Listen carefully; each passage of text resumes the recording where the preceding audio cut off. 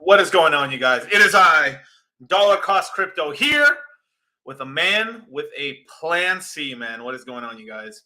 I've got the man, the myth, the legend, Plan C. What's going on, bro? Hey, man. How you doing? Doing How's good, it going? dude. Doing good, man. Yeah, we had to start a little bit late, but we got it done. Yeah, that's my bad, guys, not DC's. How's my audio coming in? Because I don't want to have that like echoey. Is it not too bad? Okay. Yeah, it's not too bad. I think it's like worse if I talk super loud. I'll try to lean back here a bit, but just want to make sure you can hear me okay. But yeah, how's your day going, DC? Oh, you're muted, I think. Like I said, pretty hectic. Yeah, you've been all over the place today. Pretty busy. All over the place, and then I've been looking for some cool venues and stuff for I guess the PulseCon after parties. Okay. Yeah, so I've been up and down a lot of places and stuff, but I'll just keep it at that for now. But more information coming for sure. When's that event? Like roughly, or do you not want to say? It's in September, basically. I think it's on the 13th of September, if I remember correctly. It's crazy, man. I keep like, I can't remember who I was talking to, or actually was on the stream, I think, with you guys on Sunday, and I was saying something about like, oh, the Mt. Gox thing, like, yeah, that could happen in August. Like in my brain, it was like months away, right? And then I'm just like, wait a second, we're in July. Like, where's the time going? You know, I just like, I did not realize we're already like halfway into July. I mean, August, September is basically here already. So yeah, it's pretty nuts. It's crazy. I mean, we're in the seventh month right now. I mean, like, there's only 12 months in the year, man. So it's like we have less than 50% of the year left. Yeah, I'm less aware of to be honest with you, I'm less aware of the months and where we are in the year because of being in Mexico. Like the weather is just in Canada, it's so like abrupt, like spring, you know, summer, fall, winter. Like it's so obvious like where you are, and the summer is like the short few months that you like cherish.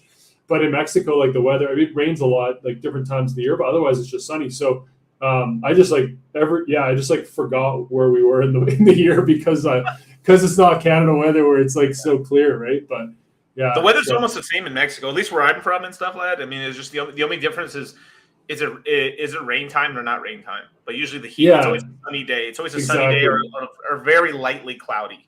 Yeah, and I haven't been here for a full year. Like I got here in November of last year. So, but yeah, since I've been here, the biggest change with the last I guess like month to 2 months has just been pouring like way more rain. So yeah, that's I guess like you said, that's in Guadalajara here. That's like their summer is just like crazy amounts of rain. So, but yeah, no, it's this year is going by so fast, and it's been a rough year, man. Like for markets, like like Cal, like stock market wise, it's one of the worst years I think in like the last I don't know how many years, like really bad, obviously. And then crypto, I mean, hasn't been good either. So, right, it's but just. yeah. Yeah, I mean, I in terms of like how long we are holding out and stuff, where things are still okay a little bit, was maybe like February, March of That's this year. true. Yeah, there And was then, hope still then. There was some yeah, and then hope. we just got destroyed. It was like, It's been damn. like, yeah, it's been like multiple times where like, we've been smashed down from any level of hopium. And it's weird because like I'm so active on Twitter, like I can like engage, kind of assess like how active like the overall Twitter space is. And yeah, there was a lot of activity still in like February and stuff, and then January, February, and then yeah, it's just continually like died off. But yeah, anyways. No, definitely, man. But yeah, should we talk about the Celsius stuff just because people might be wondering? Yeah, let's go into it. I mean, basically, I'd say you're one of the biggest experts outside of financial advice and all that stuff, and lawyer advice on the subject, but. Other than maybe like Simon Dixon and stuff, but yeah, let's go into it of what's pretty much going on right now.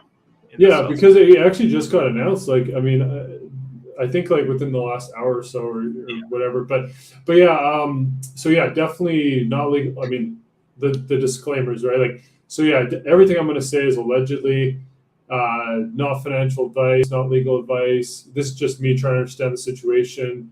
Right. I've been sitting on like different calls that Simon's been doing over the last couple weeks. He's done tons of Twitter Spaces calls and different things, trying to help educate the community to understand like the current situation. And yeah, so my understanding right now is like they did file Chapter 11. So look that up if you want to understand like what that all means.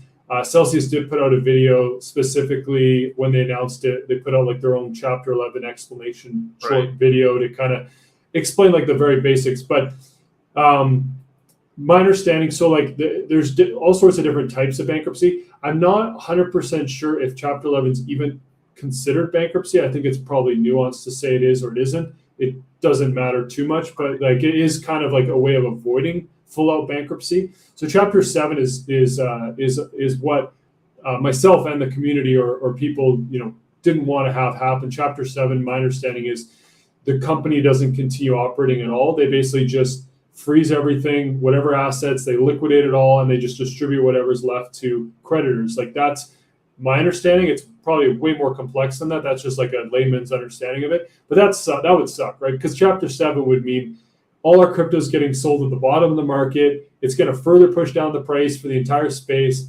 And it means, there's no hope of getting back your full balance, right?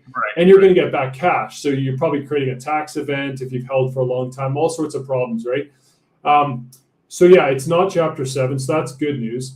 The thing about Chapter 11 is it forces transparency on Celsius. They've been silent pretty much for the last month, and a lot of people in the community are like, what's going on? We didn't know. There was a big question mark. Some people thought that maybe there was still the possibility that Celsius was just illiquid, and they were holding out hope because they were seeing on chain them paying down some of their DeFi loans, and the community was speculating on what that might mean and thinking, okay, maybe there's a way for them to open up their withdrawals, and maybe they're not insolvent. Maybe they actually have all the assets. It's just illiquid, meaning they're stuck in different places or whatever, right? So we kind of know now, like, there's no chance that it was an illiquid situation. I mean, you don't file Chapter 11 if you're illiquid. So definitely it was an insolvency issue. I don't think we know yet to what degree I don't think there's enough with the filing. As far as I know, it's not fully transparent yet how much of a hole is in the company's balance sheet and what caused it. I think that information will come out probably over the coming weeks.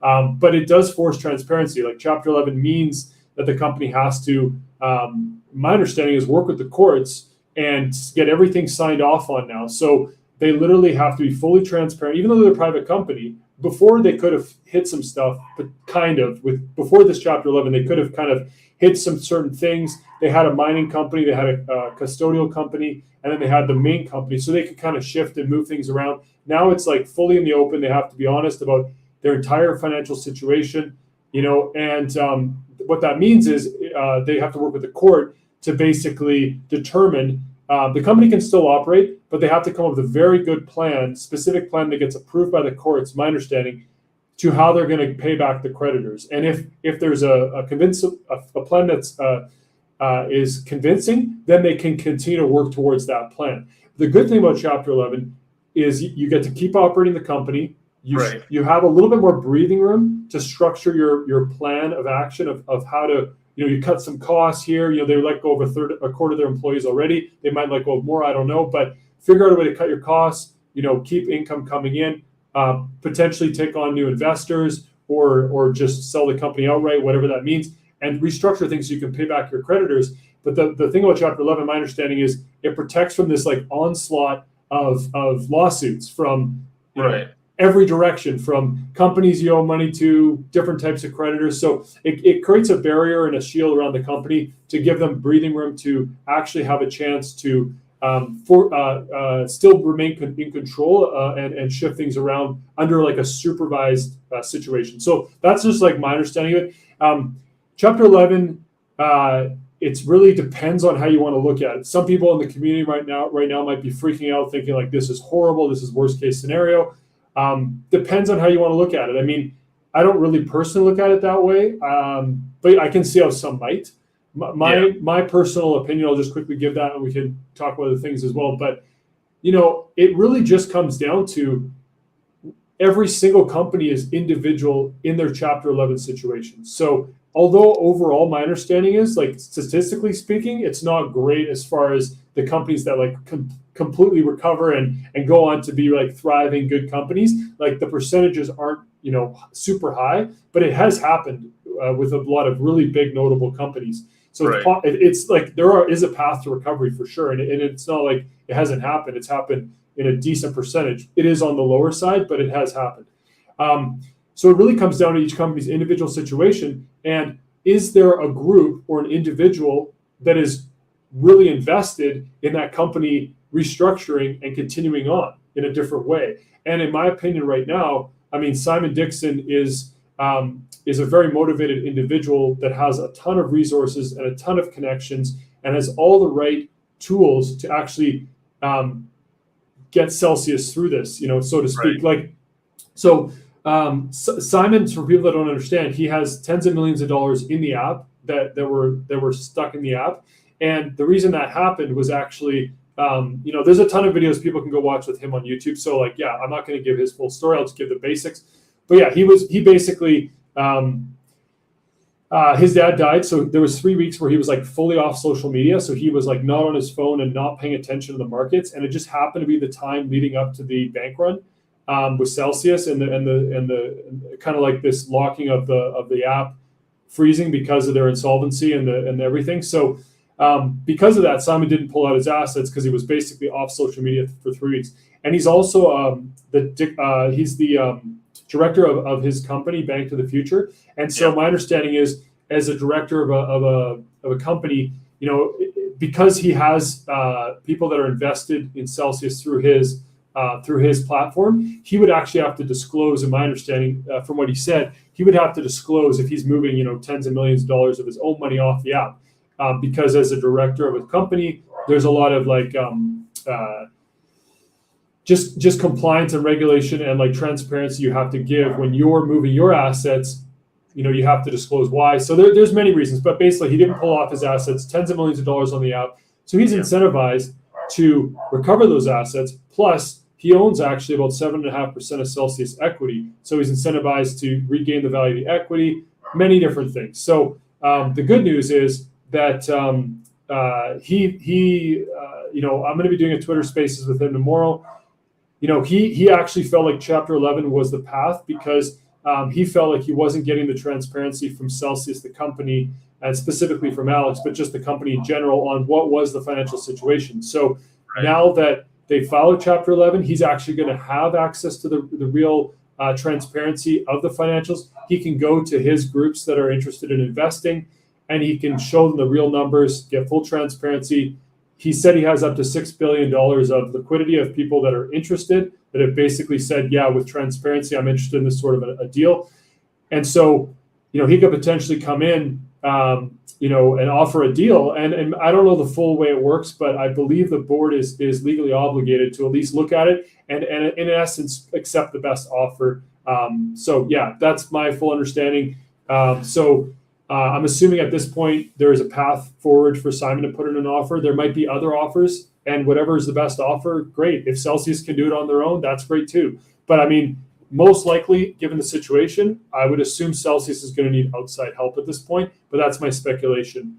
But yeah, anything you want to add, DC, or anything you want to further clarification on, or that's kind of my full rundown of the situation. But right, I mean, it's not the worst case scenario because I mean, if it really was, it would be a full shutting down of the company and just liquidation of all assets, and then the equity guys would get completely wiped out, and then from there, only the creditors, it was basically like almost like the bondholders, the people who actually lent Celsius debt as in form of bonds, would get their money first, and then it would trickle down, and then users last. I mean, basically everybody. I mean, then the users next, then equity holders last, basically. Yeah, equity's last in this situation. As far as my understanding, like a depositor is an unsecured lender. That's my understanding. It could be completely wrong. It's just that I believe they're considered an unsecured creditor. So you'd have your secured creditors first. That would be ahead of the depositors, but the depositors would be ahead of equity. I think the equity with Chapter 11, I'm not sure on this. I've heard different things. They're still fine. They are? Okay, that's interesting. It's because they continue the company on, basically. So when you... Yeah, I'm not 100% sure on that, though. I don't know. I could... I don't know for sure about that myself, but... Right. I don't know. Yeah, I don't know. From what I know, too, right? We're not legal experts here. Yeah, right? We're not here to offer legal advice. Right. No legal advice. This is a layman's take on the situation from people that have been involved in Celsius over the years and stuff. But right, it's just more of it's usually a restructuring your debt, and then a lot of times too, there's also bargaining. People can do, well, I can't pay you this, but can at least pay you this over time, and better than getting nothing. Because as soon as they find out, well, if you shut the company down and there's not enough funds, then I'm just going to be wiped anyway. So I might as well have a chance to at least get 40 cents on the dollar at least, or something. Or it's sort of like imagine like you've been running credit cards for years, and then eventually you just settle in court, like, okay, I'm not gonna be able to pay you back all this credit card debt, I'll pay half, or I'll pay whatever. Yeah, pay whatever. Yeah, and then that's restructuring. Yeah, exactly, man. And I think it's not for people panicking. There's still a lot of hope left with the situation. It's definitely not ideal. It's not an ideal situation, but it's definitely not an all hopes lost situation either. There's a lot of maybe left to be determined. And if you look at Voyager, like Voyager also filed Chapter 11 recently, and with Voyager, I believe they're giving kind of like a breakdown of a few different things. So they're giving equity. They're giving their token, and then I believe they're giving back some of the assets, and they're also giving cash. So I think Celsius, my understanding, it depends on how they do it, but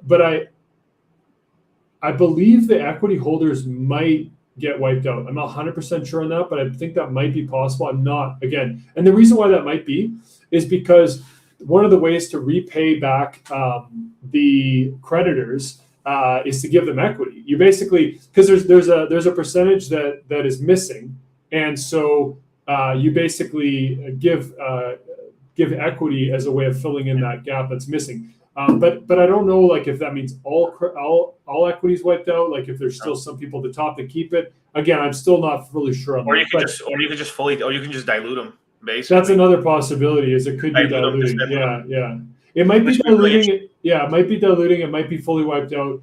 I'm not sure how it works, but either way, like there's a path as long as the company has a path forward. So like if Simon, as an example, right, there might be competing parties, but he's the only one that's really come forward at this point that's been vocal, and he has like all the licenses with Bank to the Future. He has a lot of connections in the space. He's done recoveries like this before and been successful. Right. He did it with Bitfinex. He helped out in various ones, and so yeah, there's a whole bunch of different things you can do with this. But if you guys want to understand, like his ideas, he's going right now on many different YouTube shows. So I don't want to give a worse explanation of what he's doing. It's better just to listen to him directly if anyone's interested. But he's been on like Invest Answers. He's going on Ivan on Tech tomorrow. So yeah, anyone that has funds in Celsius or cares about this, best thing to do is just Google Simon Dixon. Check out one of his shows he's gone on. The Invest Answers one is really good, and then maybe the Ivan on Tech one tomorrow will be the most recent, so it might have more information. But yeah, it's best to just let him talk about his sort of stuff rather than me give a worse explanation of it. No, but it's still pretty valuable because I mean, well, you're coming from this as a user and a person. Yeah, I have a different perspective, that's for sure. Yeah, I definitely have a different perspective, and like, I guess what I would say is like, I listened to, I mean, my thoughts on it, right? I mean, I've been around Celsius for 2.5 years, and I've listened to the current management for 2.5 years, and I just feel like there were some serious mistakes made to put us in this situation.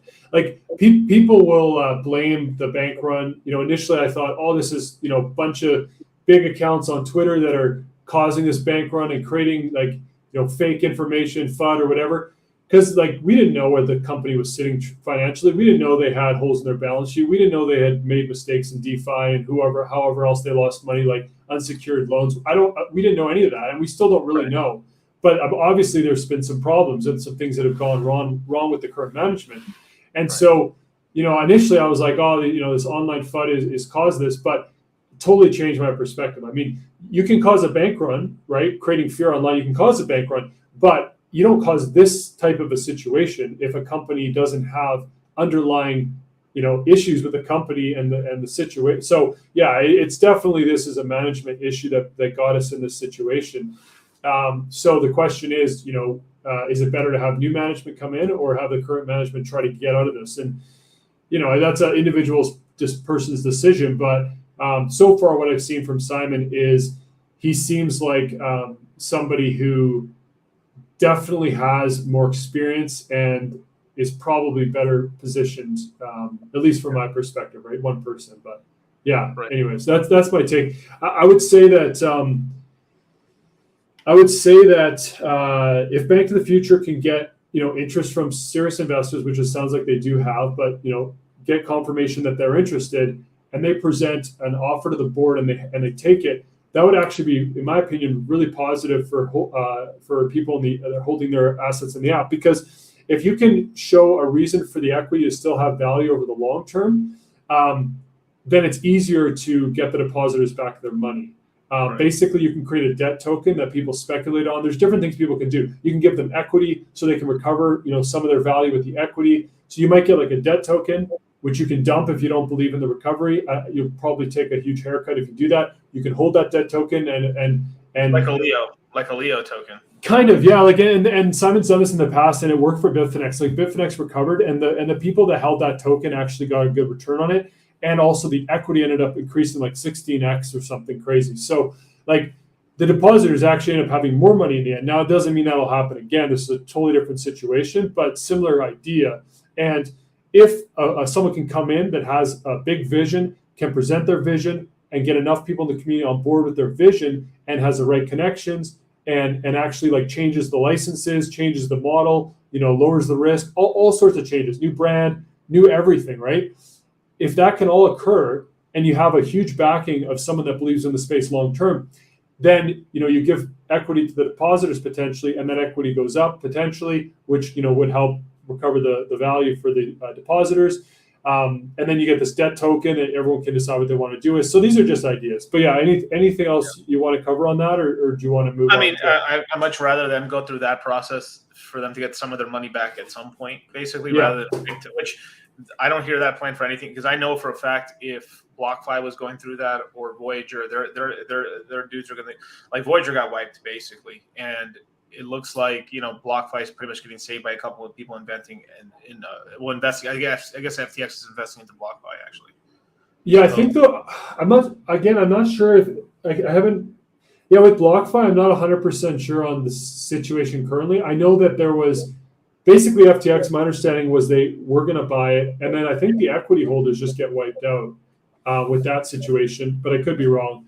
And then, yeah, I know Morgan Creek Digital or something was trying to raise a competing offer. But yeah, anyways, that situation's interesting because they're continuing to keep their doors open. which helps the brand and the credibility of BlockFi long term. They got the big backing now of FTX, which gives more confidence of people putting their money there, right? What a power move from Pomp, though, if he managed to. He bought the whole company, you mean, or because he's the one getting affiliates sponsoring BlockFi, and then he wipes out the equity. Then he takes control of the company through his fund. I'm not he's sure the head honcho. Then he's the head honcho of BlockFi. Yeah. I mean, well, I don't know. I think I think he's friends with the guy from Morgan Creek Digital, and they work together and stuff. So I'm sure I thought they were trying to make a move on it, but I'm not sure if they did or didn't.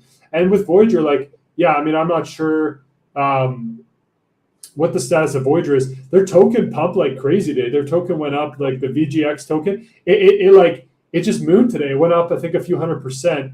And the only reason why it went up, my basic understanding of it is I think the app is still locked. So I think there's a lot of tokens that are stuck in the app, kind of like Celsius, right? You have a whole bunch of the tokens, like 85% of the tokens are stuck in Celsius, something around there. And it mooned today. I think it peaked out higher than that, though. It went up to 85 cents. It did like a 4x today.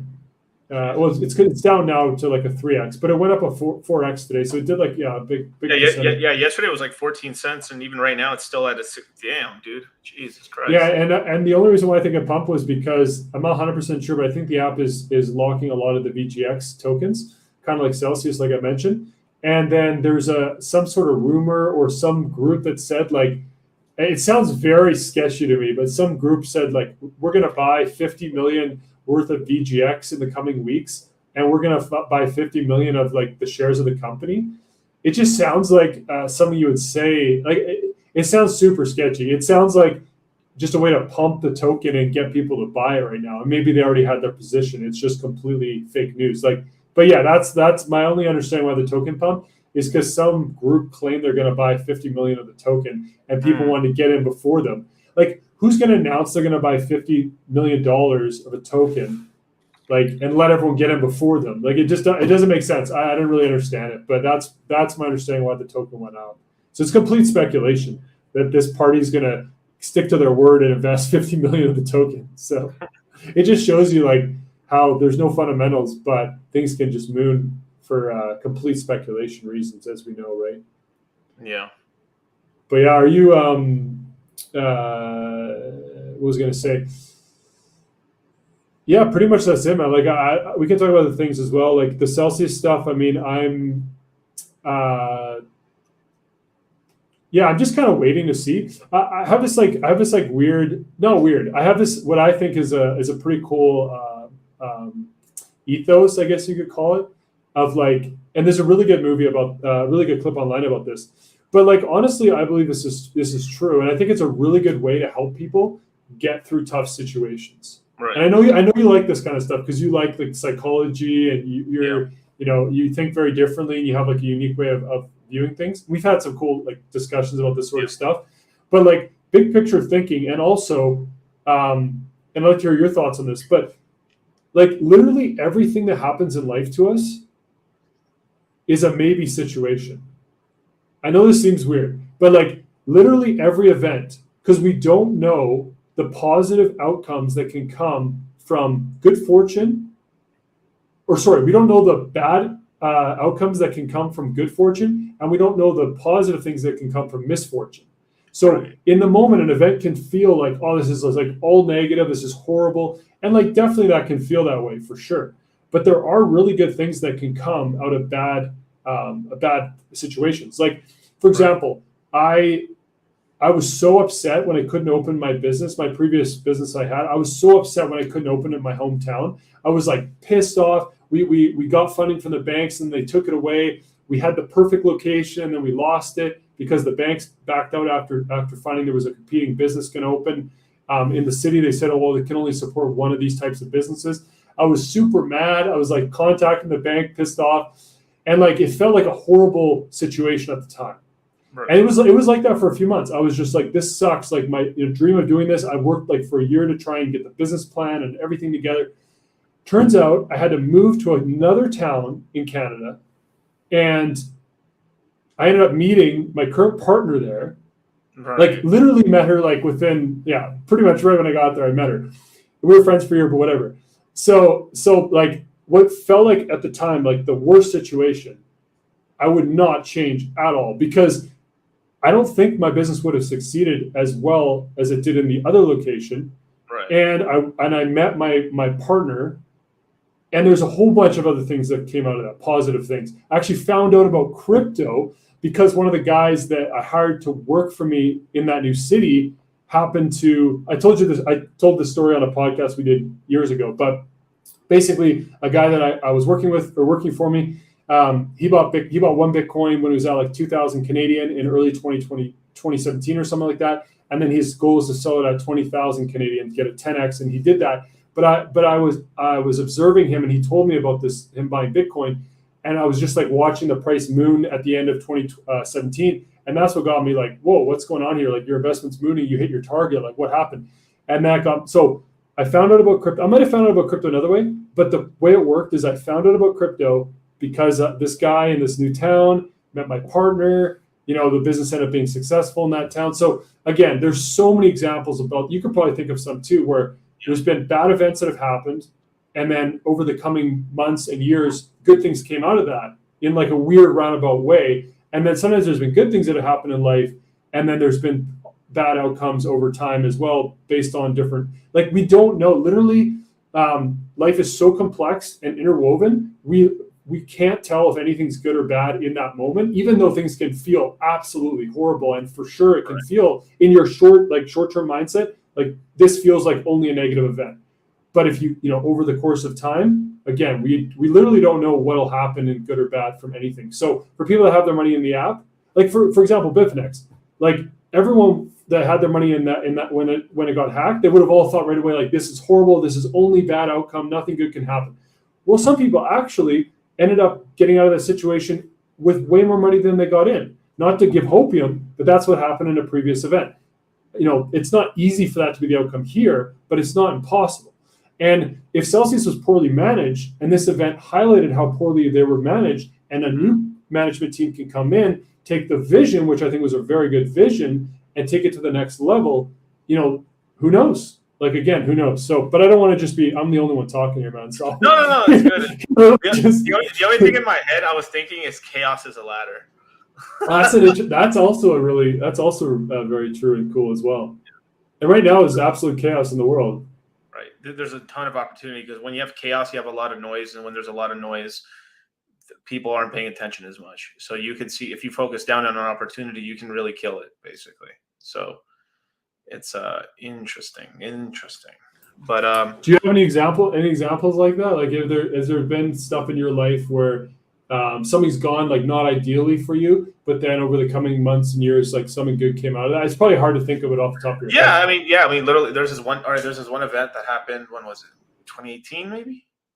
No, it may have been 2020 actually. So I can't remember the fire. So there's these huge fires that were going through California fires that were happening. And basically what happened was the fires spread so far. My business at the time was mostly in somewhere called the Carmel Valley Mountains, in the mountains. So I had a lot of customers there. The fire looked like it was about to the fire department wasn't able. We're saying that we're not going to be able to actually put a fire line down just because the fires are coming in so quick. So more than likely the entire town's going to burn to the ground. And I had about 90% of my business there at the time. And I was like, oh shit. So, I mean, pretty much I just sat down one day. I was just like, I called my buddy and I was just like, and I think I told Charlie too, actually at the time. I was like, dude, I just lost my whole business. Damn, it's gone. Like it was going to, like literally I could see the fire over the mountain and stuff because I'd worked there the other day. I was like, Jesus Christ. And the next day it didn't happen, but it was a sort of thing where like the fire pretty much got stopped because some crazy dude in a tractor ended up making like a janky ass fire line and saved the town pretty much. Wow, what a guy, eh? What a Chad, bro! What a Chad! Yeah, he just in a tractor. Like, I'm not waiting for the people. I'm not waiting for the police or the firefighter or whatever forest fires to come. I'm doing this. I'm taking this into my own hand. That's risky, but good for him. Yeah, no, it saved the town, and then the firefighters ended up top G. That's correct. And then he ended up. Then the fire department finally, because it slowed it down, they were able to put a fire line down and save the town. And then from there, it kind of calmed down. From there, then I took that opportunity while everyone was just like freaking the fuck out. I was like saying, protect your houses against fire and stuff. And then I had my crews out there fucking working 24/7, bro. Killed it. A lot of the money in 2020 that I used to buy was from that. I mean, literally, because it was like the day before, I was like, it's over. So at the same time, somebody would be freaking out. Maybe like, okay, maybe I should start like moving my whole thing away. I was like, let me double down in this area, and let me double down, get this area out, and then from there, I just started advertising more in other areas as well. Just because I mean, obviously, it taught me like, let me diversify a little bit of the area a bit.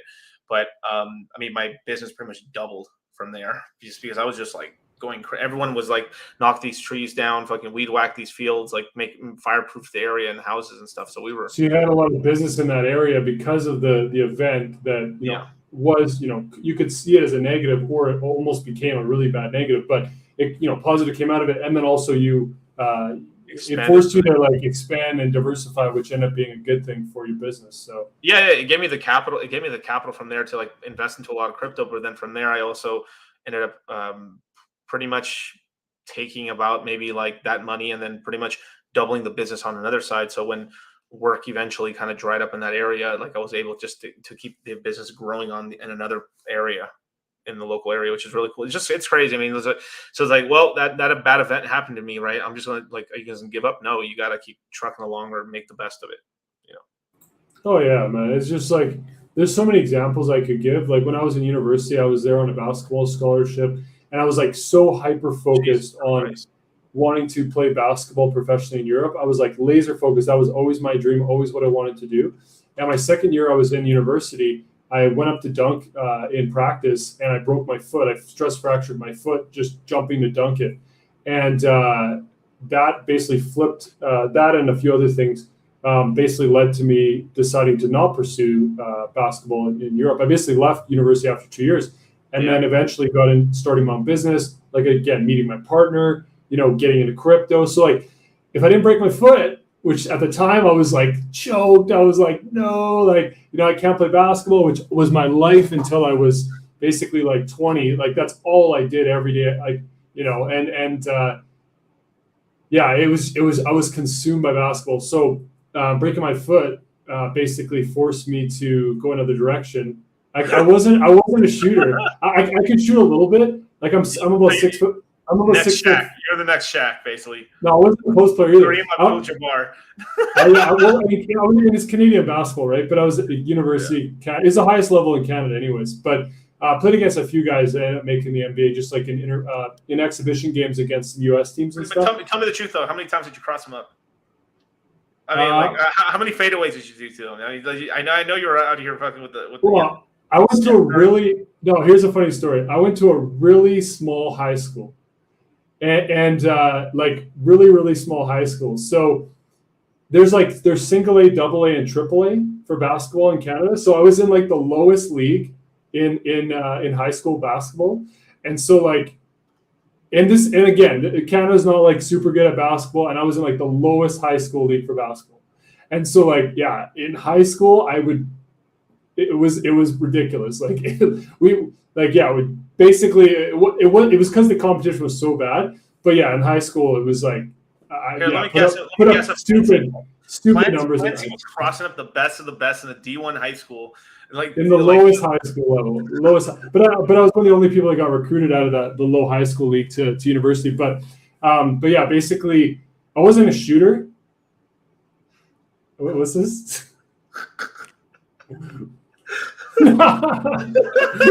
Actually, I just heard about this. Anyways, I was listening to a podcast and some guy was talking about like he had a buddy that happened to, but yeah, anyways, like I wasn't a shooter. I could shoot okay, but what I could do is jump. Like at my peak, I could stick my elbow in the rim, like 360, all the crazy dunks. But anyways, broke my foot, and then I had to move on to other things, and it led to where I am, and like. If I didn't break my foot, I would have gone and played in like some low-level European league, made enough money to just pay the bills.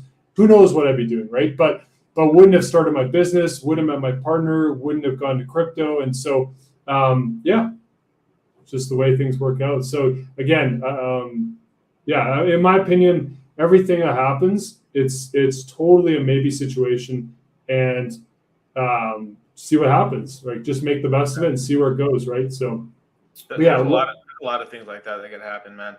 Oh my God, no, I better not even say this.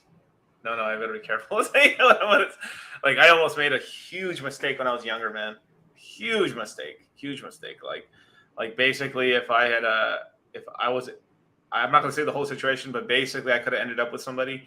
That would have been a bad idea. Ooh, that would. And at the time, it's probably seemed like it was a good the best thing. ever. Yeah, and you were probably like mad it didn't happen or whatever, right? So yeah, that's God's looking out for me for that one, man. Shout out, man. Yeah. Well, think about it. I mean, we've dodged a lot of bullets in different ways. Like, I mean, I'm sure everyone has examples of that for sure. Like, you know, everyone's had close calls in their life, things that have happened, like weird things. Like, you know, I'm sure most people can relate to that. So, yeah, just crazy, man. We just literally don't know. We just don't know the big picture of where things end up being. So it's like, roll with the punches is kind of the point of it. I mean, it's there's definitely it helps me. I'm gonna help everyone. Some people might be like, this guy's just straight up coping, like whatever. But like, yeah, I mean, I'm not in as bad a position as a lot of people, so I can totally empathize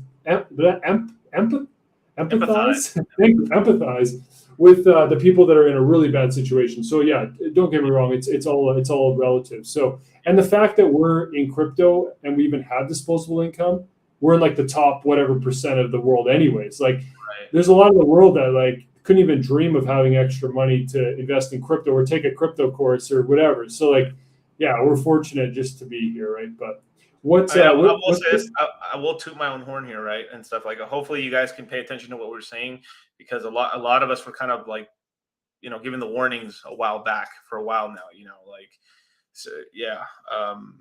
I know for a fact we gave our guys almost a damn near 7-month heads up almost on that, because we were seeing some now, of course, now the information is coming out, but back then it was very opaque. You know, like you couldn't really. It was like you just heard something and you just, because half the time people talk about certain things and you think it's just like they're just trying to fight a coin because they don't like it for some reason. You know, it's very tribal. Crypto's very tribalistic, but it is like not your keys, not your coins. And, you know, this is something that I always said, like when I had the only coins I had on Celsius was my synthetics and Celsius, because synthetics was, unless you had a tremendously high amount of synthetics coins, it was actually not very profitable to actually yield farm with it at the time, because the yield was not as great back then, or you had to risk quite a lot gambling, essentially betting that the market would go up and down in the synth market. Now it's actually pretty profitable to do it on an optimism. So I'll show you guys how in the next crypto mindset course. But it's pretty sick. But yeah. Yeah, you guys did a good job of that. You guys did. You gave a good heads up for sure. Tori, did you want to add anything else, or DC I cut you off? Oh no! I just wanted to throw this out there. At least Plan C didn't have to go play in Russia. It's very. You could have played in Europe and then ended up in Russia, bro. Shit, can you imagine? There's a lot of countries. Yeah, I mean, the thing is, like, there's like the thing about European basketball, and maybe I'll still play pro in Mexico. I'll travel for the Mexican team. Maybe I can make it. I'll see if I can get my citizenship and then somehow join the team here. Join the Olympic team, and you're on the Olympics with the Mexicans. You'll just stream on your. You get a silver or bronze medal.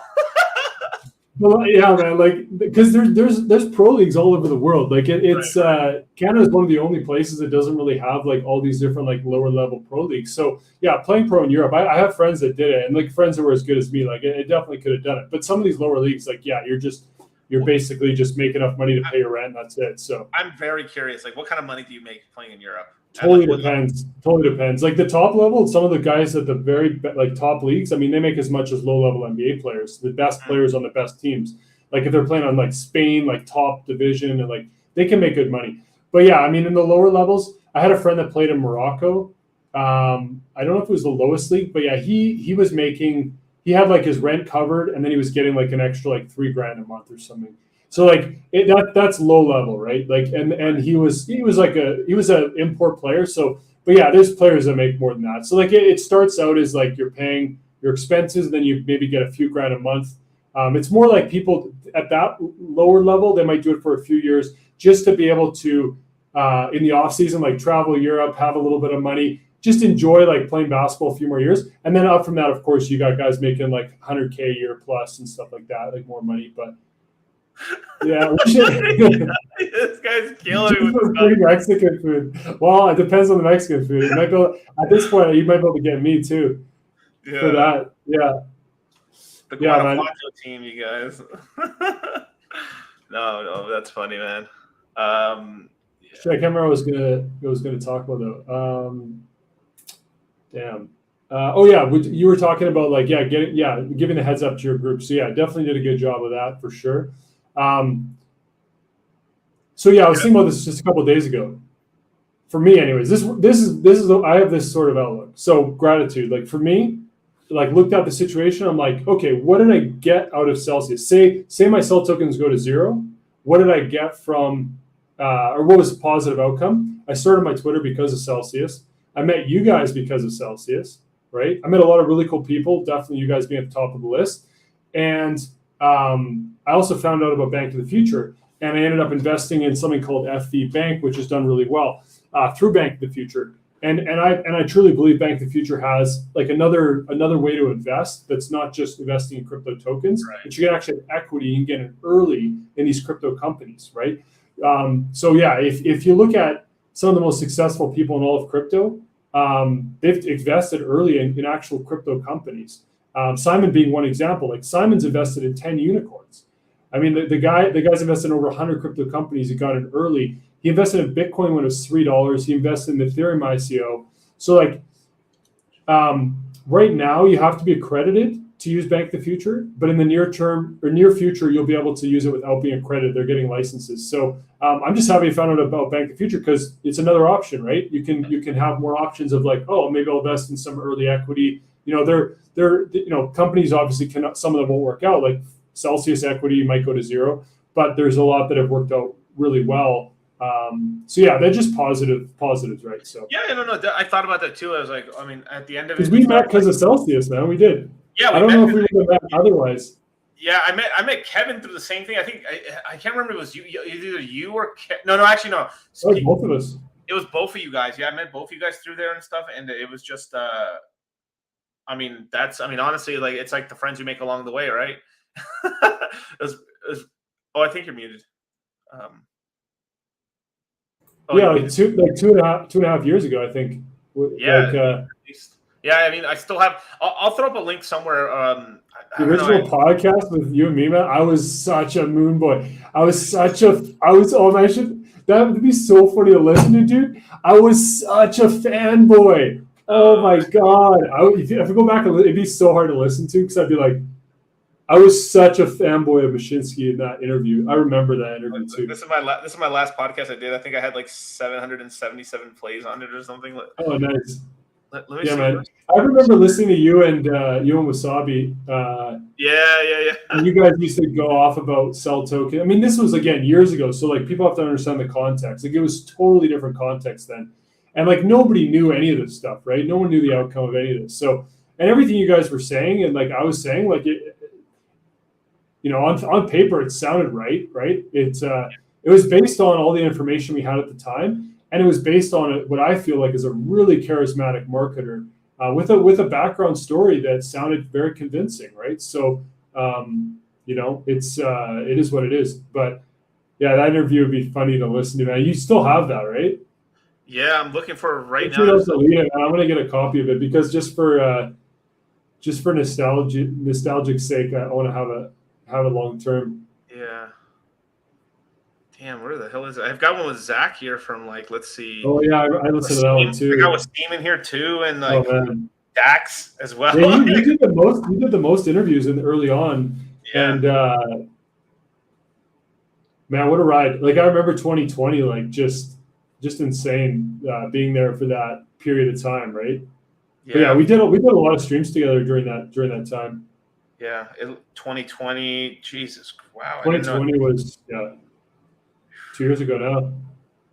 Definitely. It seems like such a long time ago though, but it was so quick too. Yeah, Like yeah. it's just the beginning of the market and stuff because you really didn't feel like you were in a bull market until super late into 2020. Like super late. Like once we had that first once we got into the $40,000 range for Bitcoin, we're like, oh boy.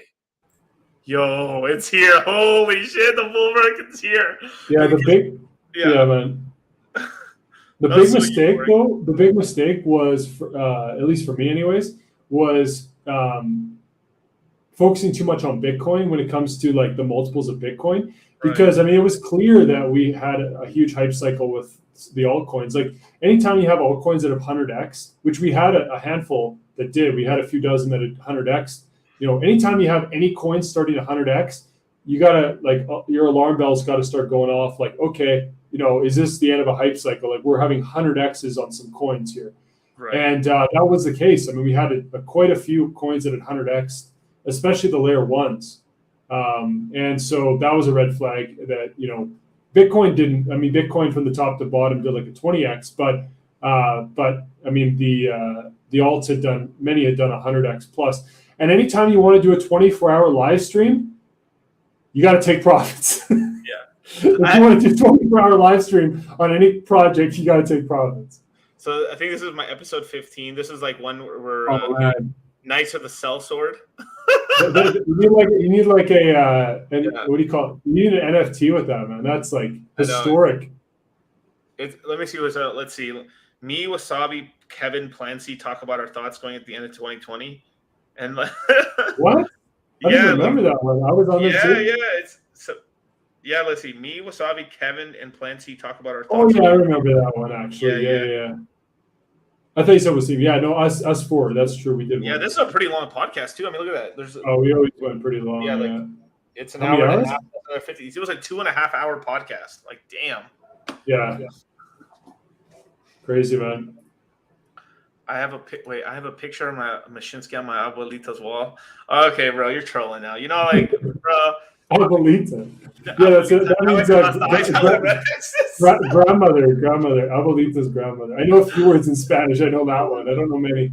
Shout out to Tap 2 from the Philippines. Oh yeah, there was an interesting question for you. I forgot to bring it up, but Tap 2, thank you so much, my dude. Careful with all the 304s out there, bro. Keep yourself safe.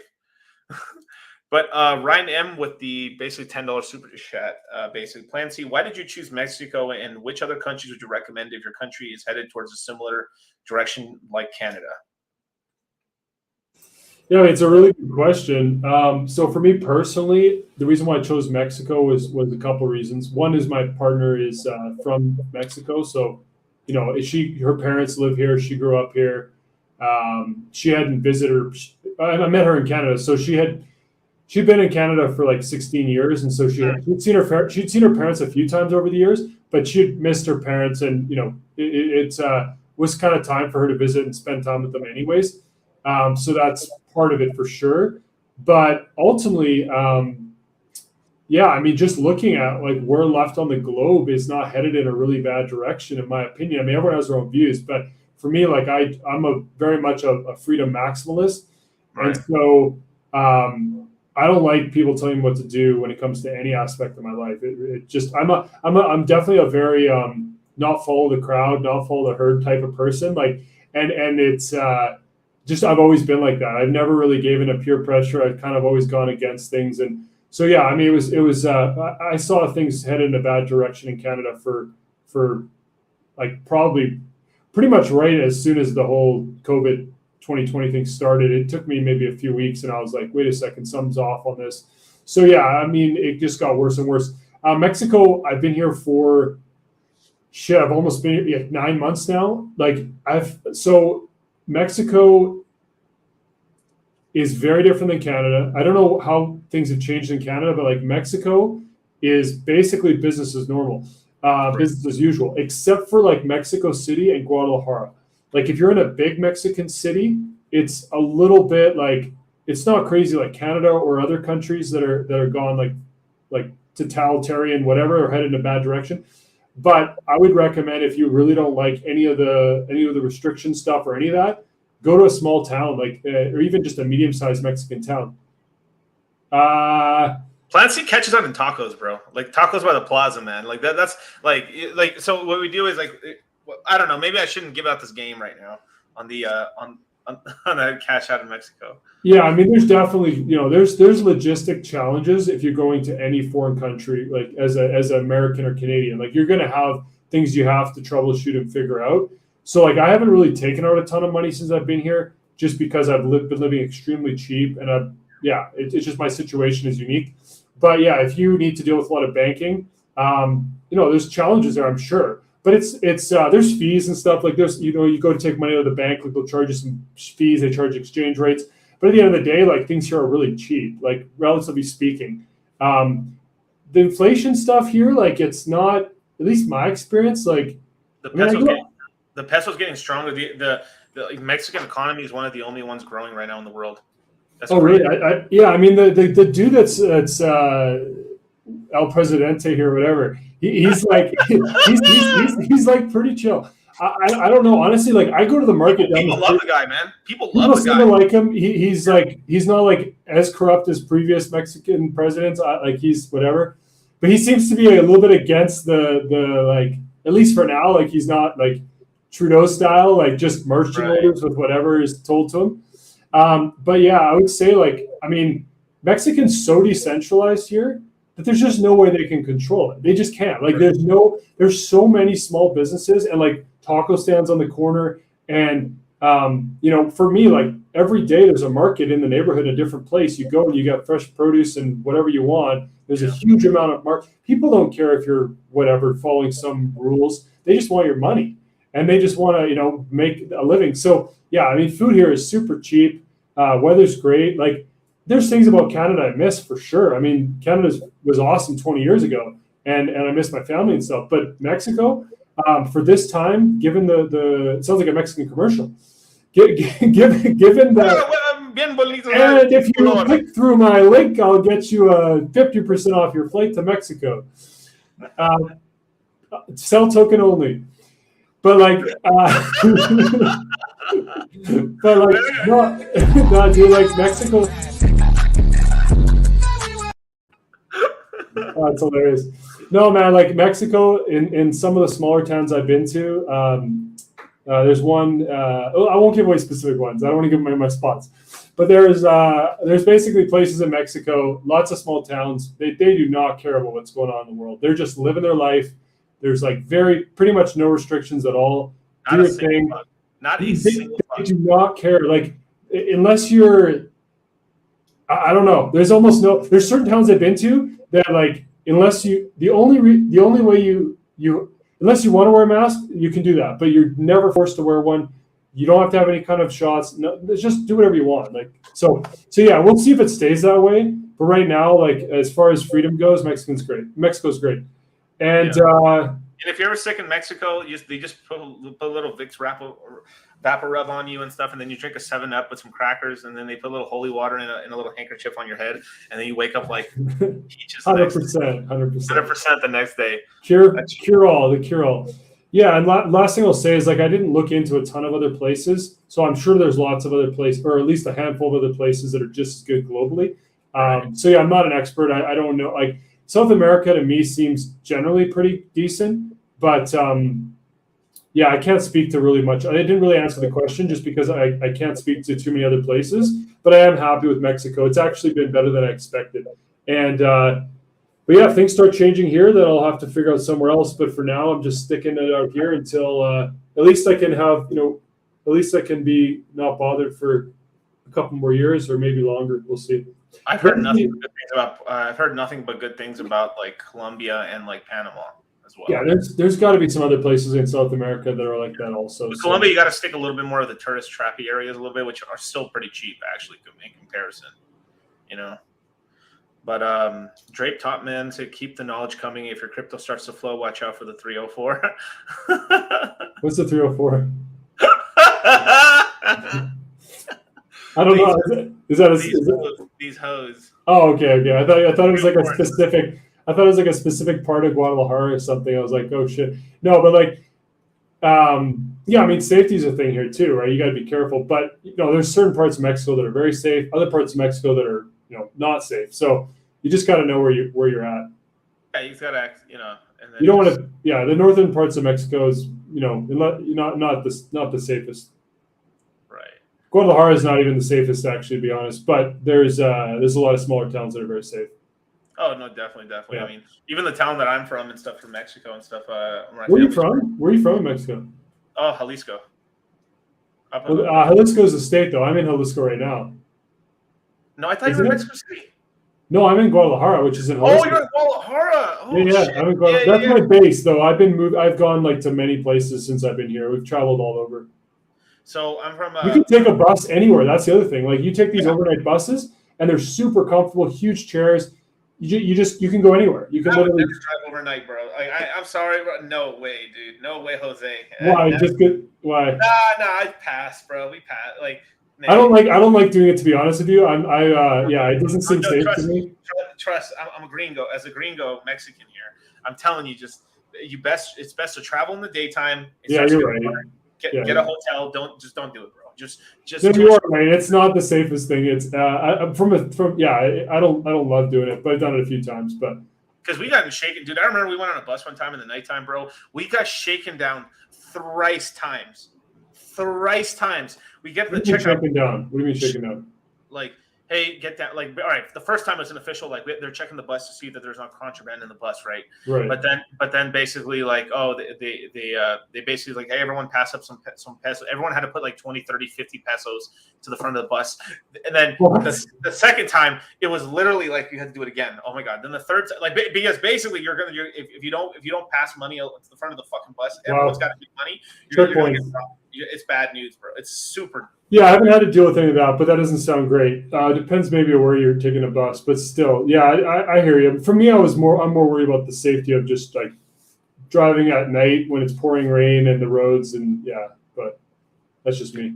Yeah, I mean, this is how they make money a lot of times. It's just they should have tripped me out the most when I was a kid. My dad was laughing his ass off about this when I was smaller. Was we went to a bus. We were in a bus stop. We were taking the bus down there because we're traveling somewhere, and then they were charged. So they charge you to use the bathroom, and then they charge you for toilet paper. Yeah, they do. Yeah. Yeah, they do everywhere, but it's like that everywhere. That's I was asking normal. my dad, what happens if you don't have money for toilet paper? No, it's true. It's true. Everywhere, that's the norm here, right? Everywhere you go, you gotta pay. You gotta pay for it. But the thing about that is that's just normal, right? Canada, you never have to pay anywhere you go, and the bathrooms are always good. Here, the bathrooms are good too, but you got to pay, and you got whatever you got to. Yeah, over there in Canada, you can clean your butt with a what do you call those what is it? A duvet? A duvet, but it sprays what is that stuff maple syrup, and it cleans you real good and stuff. You know what I'm saying? I'm telling you, Canada's the shit, but Trudeau ruined it. Basically, yeah, pretty much. There's pre and post Trudeau. Yeah. Do you what do you miss of Canada? I miss lots of stuff, man. I miss lots of stuff. But it's just what do I miss about Canada? I mean, Canada 20 years ago was absolute freedom and safety. Where I grew up in Victoria, Vancouver Island, man, probably one of the safest places on earth. The average age is 45. It's an older retirement, island town, and really wealthy, no crime. I think the statistics on the crime there was 1 to 3 homicides a year, and this is a town of basically 300,000 people. That's pretty low, dude. Holy crap! One of the lowest on earth. It's super low. And so yeah, I mean, in the nature too. Where I grew up, Vancouver Island. I mean, you have ocean. You have amazing Tim Hortons. A lot of Canadians love their Tim Hortons. I was never a huge although the donut. What's Tim Hortons? I don't even know what it is. It's just a donut. It's a donut coffee, kind of bagel, morning. They're just packed. Everyone that works early in the morning, there's Tim Hortons on every corner, as you're driving to work. So if you get in the routine of going there, you see a lot of people in the trades that are there, and they're grabbing their coffee and grabbing their donuts and stuff. And I've had times in my life where I was in a little bit of a routine of grabbing. I have a sugar tooth, so Were you in the float tank floating with a little donut thing? That was more. I was actually when I was working construction. I worked construction for like a year, and yeah, it's also hard when you live in like a Canadian town where it's super cold and like in the winter because you got your warm coffee or hot chocolate and you just want to it's but I have a bit of a sweet tooth, so the donuts there are deadly. But yeah, no, mainly nature, man. Like the like Vancouver Island, like where I grew up, just beautiful. Like just the forest, like it's a rainforest. You got the ocean, you got trails. I like that sort of stuff. So for me, that. I mean, Canada is just like super. It's super organized. Like everything is very structured and very clean and very like. It's just very safe. Everything's super safe. How did it go? Like I want to hear from Canadian because you're a smart guy. You're a smart guy. You've traveled the world. I mean, you've been to the United States, you've been to Canada, you've been to Mexico and stuff like. I traveled in Europe a bit too, not a whole lot, but a couple months. But yeah. So where do you think it went wrong? For Canada? For Canada, like when did you start noticing like shit was starting to go downhill? I mean, just the whole like Canadians basically, in my opinion, not questioning government at all, like zero, like just following orders. Like, and I get it. Like Canadians have no history of, like it's such a short history in Canada, and like people don't understand the norm throughout history is the governments get corrupt. Like that is the norm. It's not the exception. Like that is the norm. Like governments get corrupt. Absolute money corrupts absolutely, or absolute power corrupts absolutely, I should say. And in general, like you just over time, like the governments, they just aren't working for the people. I don't know how to explain it, but like in Canada, there was never these riots. There was never these periods of time where the government was like clearly doing things that were not in the best interest of the population. Whereas in other countries, this happens all the time, right? There's, crazy stuff done by governments. There's crazy inflation. There's all sorts of things that happen that are not in the best interest of, people, right? Like there's just things that occur. So Canada doesn't have a history of that. Most people are very trusting. Canadians are not confrontational in general. They're just very polite and very like, they haven't had to deal with any kind of danger or like, so they don't like to step out of line, I noticed. And like, when it first started in 2020 or whatever during the COVID stuff, I had my business at my wellness center, and they just kept shutting us down. They shut us down like 3 times over the course of the first year, I think it was, for a few months every time. You got to lock down, you got to shut down your business. I'm like, I'm a wellness center. Like, what are you doing?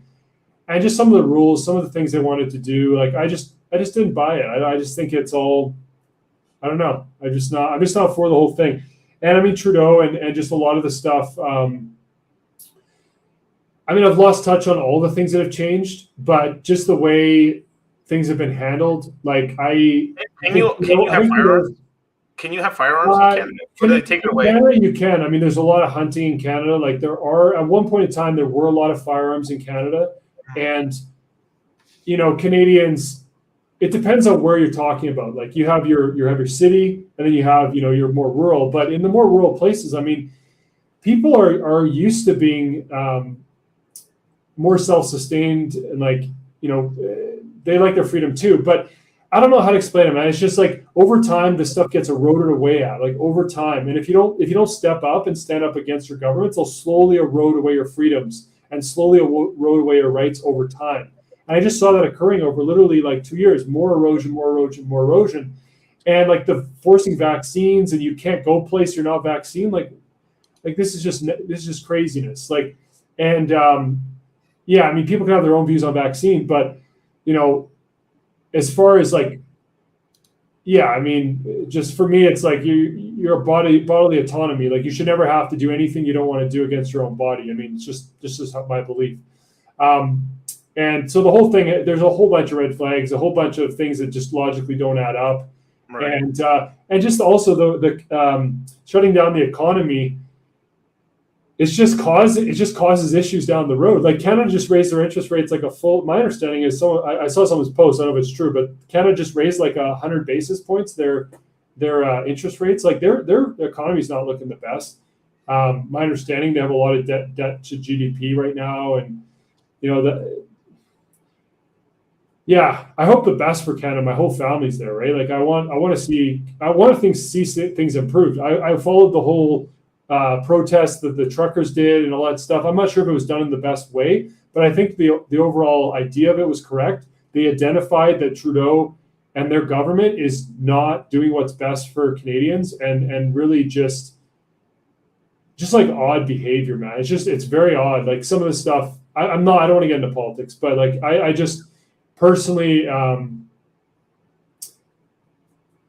yeah, I feel like Canada and California are almost the same.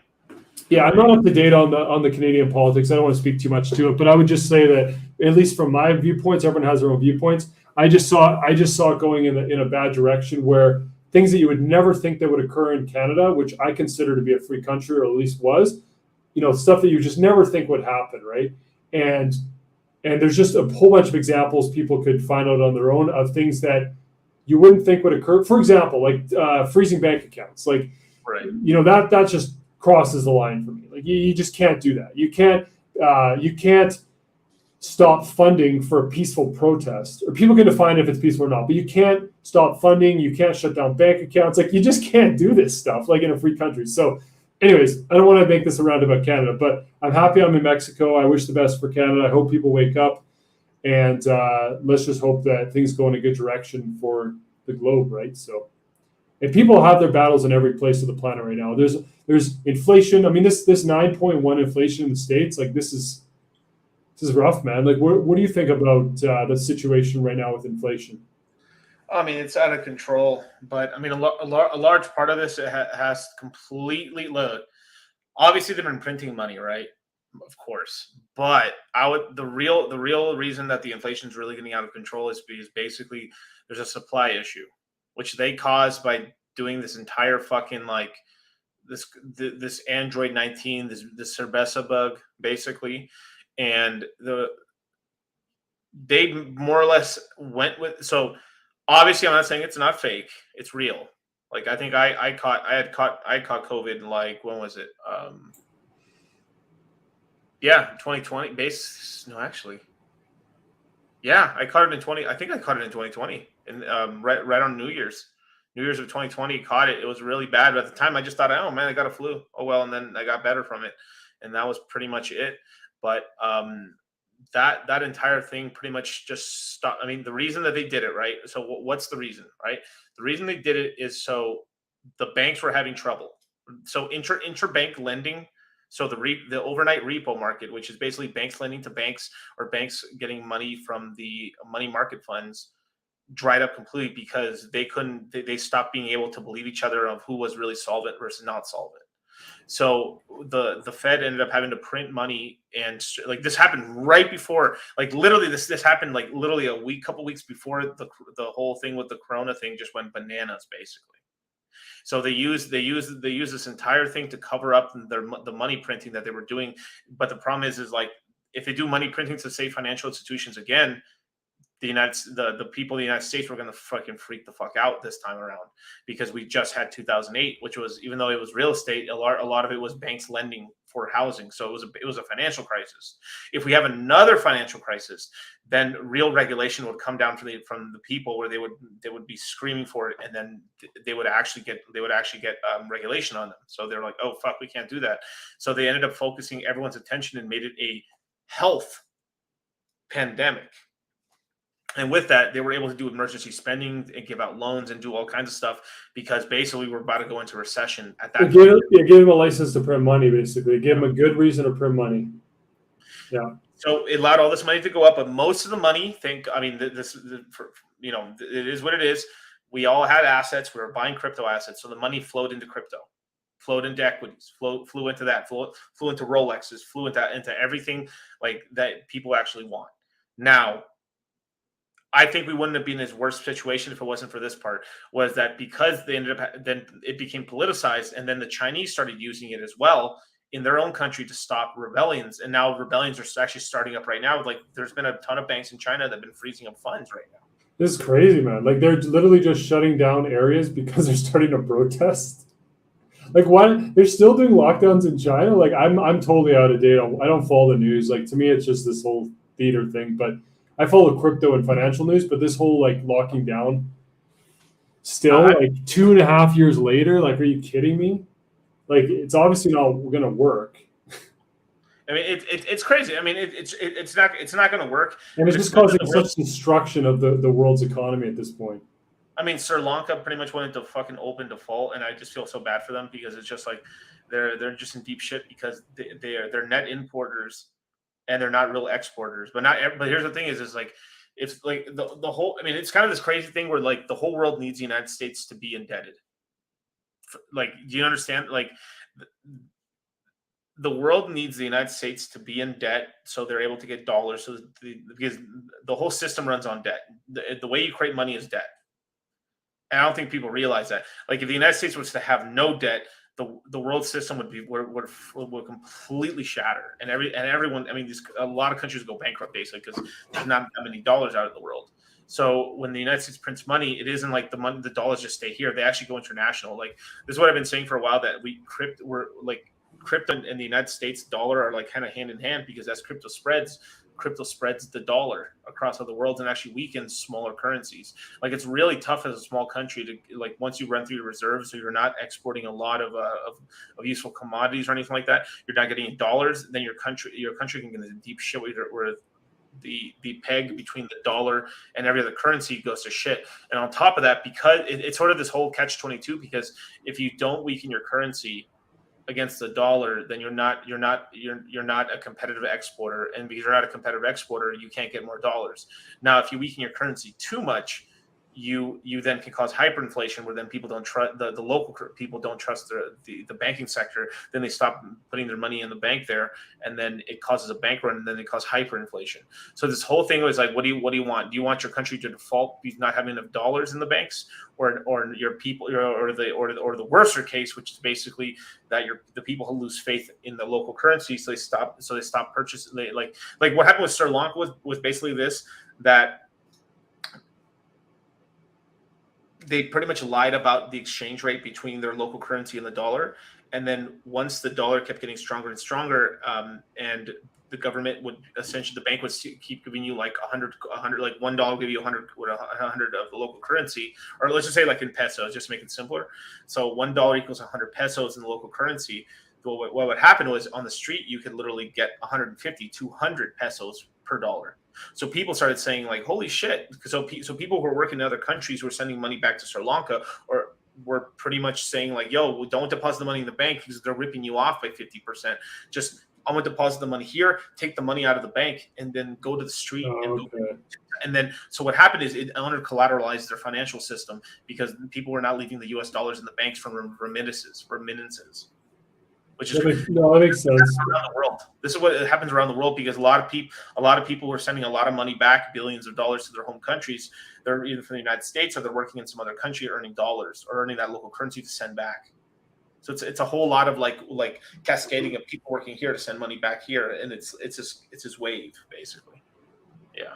Yeah, man. No, it makes sense, right? And like, I think I would say that it's interesting because right now the US dollar is gaining in strength continuously versus the rest of the world. Like, the US dollar is getting stronger and stronger and stronger versus like a lot of currencies globally. And the interesting thing is, like, Bitcoin and crypto is denominated in US dollars for the most part. I mean, pretty much all the trading pairs for Bitcoin, at least currently, are US dollars. And so we're used to looking at Bitcoin versus US dollars, and the US dollar is strong, and it's been strong now for a while, and it's continuing to get strong. So like the Bitcoin, even though it's had a rough 6 months or even longer now, if you compare Bitcoin to like a lot of currencies globally, it's not doing as bad as you would think. Like, because the dollar is like the toughest thing to compare Bitcoin to, and that's what we all compare it to, right? But if you don't live in the States and you live in another country, or if you have aspirations to live in another country, maybe you find some country that you really like that is cheaper to live and has more freedom. You know, at the end of the day, I guess if you're trying to make wealth if you have some of your wealth in crypto and it's being compared to the dollar or US dollar, when you take that money out, like, that money might go further in your other currency, is my point. So anyways, it's keep it all in relative terms, because we only see charts of Bitcoin versus like the toughest currency right now globally, pretty much to compare it to. But there's a lot of other currencies that are having problems, and with the US dollar continuing to gain strength, I mean, it does put the pressure on some of these smaller countries, and unfortunately, it puts them in a harder position because if they have debt denominated in US dollars, their debt is increasing, right? If you think about it that way, say there's a country that has debt to the US, yeah, and the US dollar is increasing in strength, it makes it harder for those countries to pay back their debts because it's becomes more relative to their currencies. And so it's just like there's a good interview I listened to today called "The Dollar Wrecking Ball," but basically with Lynn Alden. But yeah, that's on Blockworks Macro. She talked about that.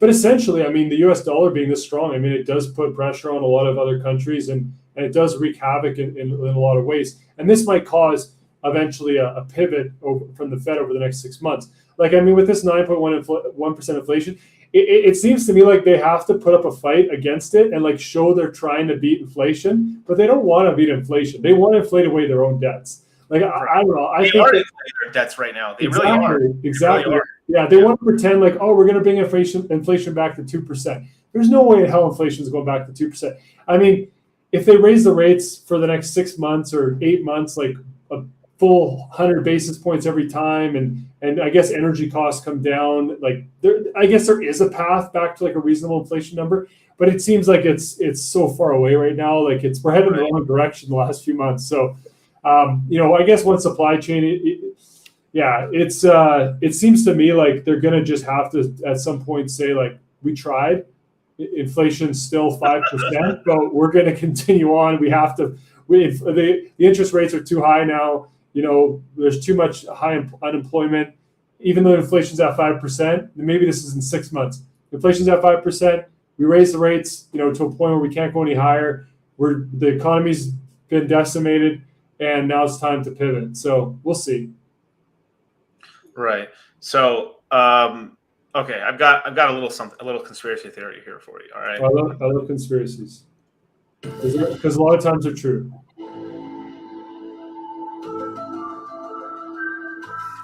Okay, all it's right. conspiracy section here of the podcast.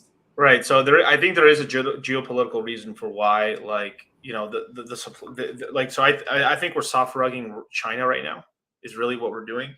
If I'm thinking geopolitically, it doesn't. A lot of people doesn't seem that way, but I mean, we've been slowly rugging manufacturing away from China for quite a while, and this is starving them for dollars. Like remember, like what was it, 10 years ago? Like how much they would boast on everyone's TVs and stuff like that. That China had like a $4 trillion trading surplus to the United States.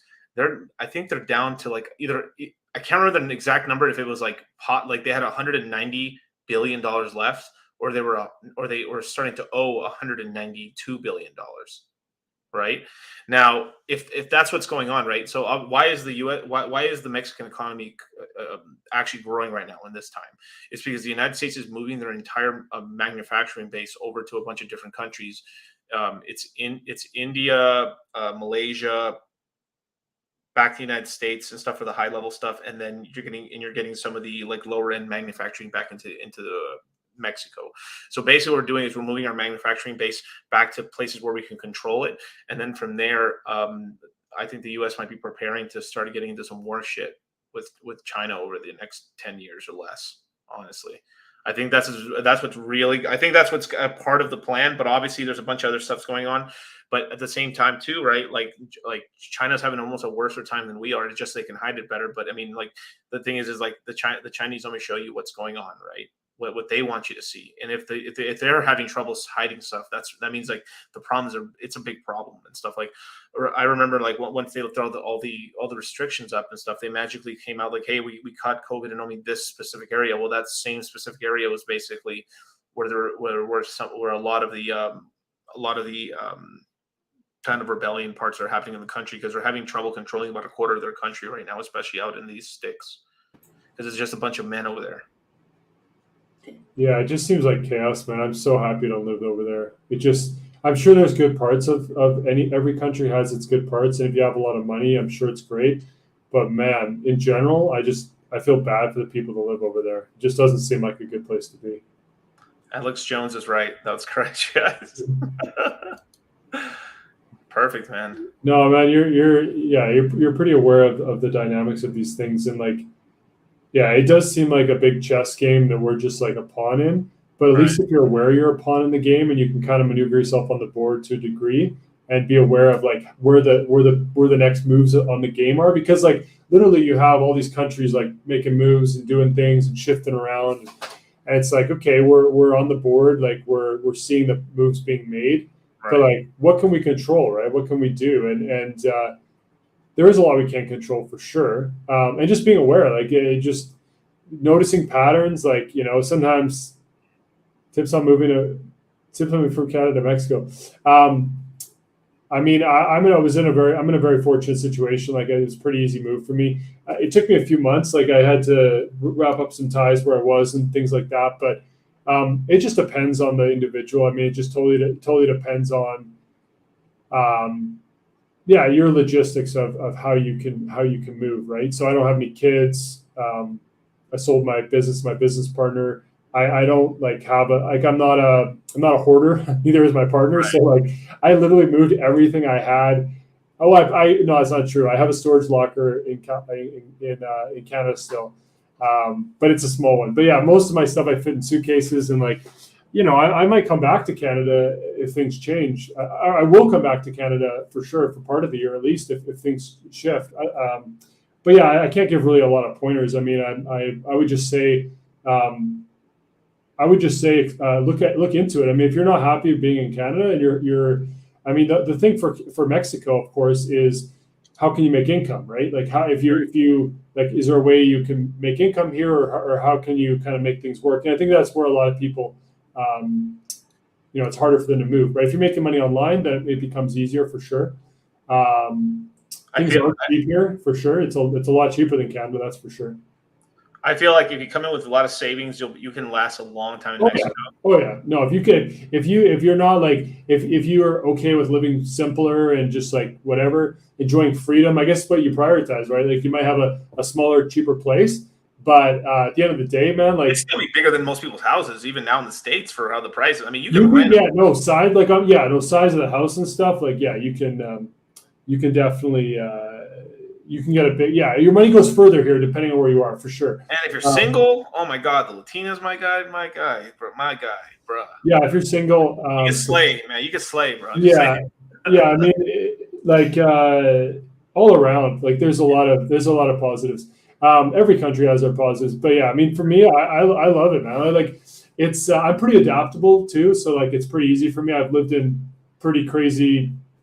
I've had some pretty crazy experiences of living in mansions and living in cabins in the woods, and I could talk about all sorts of stuff. Like, I've literally had crazy experiences. But where I am right now, like, you know, you wake up, you go, you grab your Hugo. They have their juice. Like, it's cool because every neighborhood has like their own stands of like, okay, like, just amazing juice. Like, I get my morning juice, my morning coffee. Like, it's dirt cheap. It's so good, you know. And it's food wise, I mean, it's just endless good food. So explore the idea. I mean, if you have savings or if you have a way of making money online, like, you'll have yourself enough of a runway of time to be able to Your comments are great. You got some great comments. Oh, I know, these guys are trolls. They're on target though with a lot of stuff. It's funny.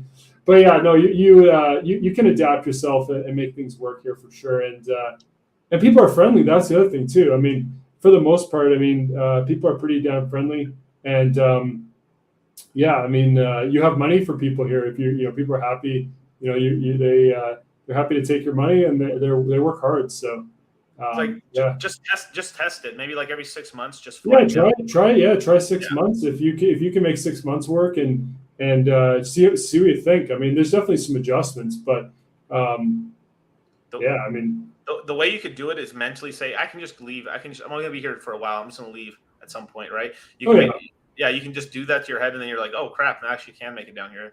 And then, but the power is of being able to travel around. Like I can go to Mexico for 4 or 5 months if I want to. And this is why it's so important to get a skill online, or just if you just saved up some money. And it's not even crazy, dude. Bro, if you had like 100 G's, 80 Gs, 60 Gs, you could just, and you're single, or even if you got somebody else, like $60,000 in Mexico, my God. Oh yeah, in some of the towns you can live very cheap, right? Depending on where you are. Like there's places that are definitely a lot more expensive, but yeah, you can ride it out for enough time where you can build up that skill online or whatever you need to do. So yeah, that's pretty much all I can say. Like yeah, I don't know. I want to go to Argentina. I think it'd be I think it'd be really cool to go to Argentina and stuff, and then I'd just go to the mountains and see all the Nazi villages and stuff, and just go go sightseeing for a little bit. Like, oh, your grandpa was a descendant of an SS. That's so cool. I'm like, yikes. Yeah, I've never been, but yeah, there's a lot of German-speaking people over here. I wonder why. Just yeah. Yeah, 9. Are you? Well, I guess you're in Vegas right now, but how are things there? Are you you're pretty happy with? Yeah, it's pretty cool. Yeah, I mean, I just always fly back between here, Cali. I'm going to be in Miami actually. When am I going to be in Miami? Let me look. Next week, actually. Yeah. So for you guys who don't know, I'm going to be on Fresh and Fit on. What is it, July? Yeah, July 22nd, and I think I'm gonna be on the 25th and stuff. So I'm gonna be over there in Miami, and we're gonna do the launch of the course over there in Miami and stuff. So I'll be live in the Fresh and Fit studios and stuff, and doing all kinds of degenerate shit. So be sure to check that out, you guys. But yeah, I'm honestly half the time, Clancy, I'm actually traveling between like 4 states most of the time. Yeah, you move around quite a bit too. Yeah, like I'm literally in one place for about 2 weeks or a week, and then I fly somewhere else. Yeah, all the time and stuff. Yeah. Yeah, let's see those Hitler fleet. No, it's real, bro. It's real. Like, look it up. There's really a show out. Like, oh yeah, there's a lot of shows about that. Yeah, with Hitler. Yeah, and no, I don't think Hitler. Even if you believe he survived or not, like, no, his SS soldiers legitimately moved to Argentina. They're there. Like, literally, their grandchildren are now like middle aged and living there, and there's a couple documentaries on that for sure. Right? Yeah, dude. It actually happened, bro. Like that's legit, super legit. And like, actually, some of the villages the village where we're from and stuff, people still have like full, like, basically what happens when that ended up happening. A lot of those people who were in Mexico, because they were trying to get Mexico to flip on the United States, and they basically made deals. They tried to send deals to Mexico, basically saying like, okay, if we send you the attack order, we're gonna give you guys guns and stuff. So there was German Lugers and all kinds of weaponry actually in Mexico. So there's a bunch of German rifles and pistols and stuff all over Mexico in small towns, because pretty much Mexico agreed to the deal, said, okay, we're going to attack the United States. And they were waiting for the message, and then it pretty much got intercepted. So it never happened, actually. So there was a bunch of German officers in a lot of the small towns and some of the bigger towns. And so when they were losing the war and they ran, they were pretty much pawning off a bunch of their weaponry and some of their stuff to get down to Argentina. Like, it's pretty insane. Yeah, Tim Kennedy. Tim Kennedy's. I like some of his stuff. Yeah, it's called Chasing. Isn't it called Chasing Hitler or something like that? Or something like Finding Hitler or something. Finding Hitler. Yeah. It's just yeah. I think so. Yeah. I mean, it's insane. Like, but my cousin's grandfather, one of my cousin's grandfathers, he still has literally a fucking full on gold fucking German Luger with the Nazi eagle on it and everything. Fucking shit. I ain't lying. It's kind of cool. It's pretty cool, but it's like, but they're telling us like, yeah, they had pretty much given to him. They had gotten it in the family pretty much because it's like, please hide me right now, or something like that, or like because he was trying to get past, because there was hunters already trying to hunt for people, and then paid them that, and then they fucked off basically from there. So I don't know, man.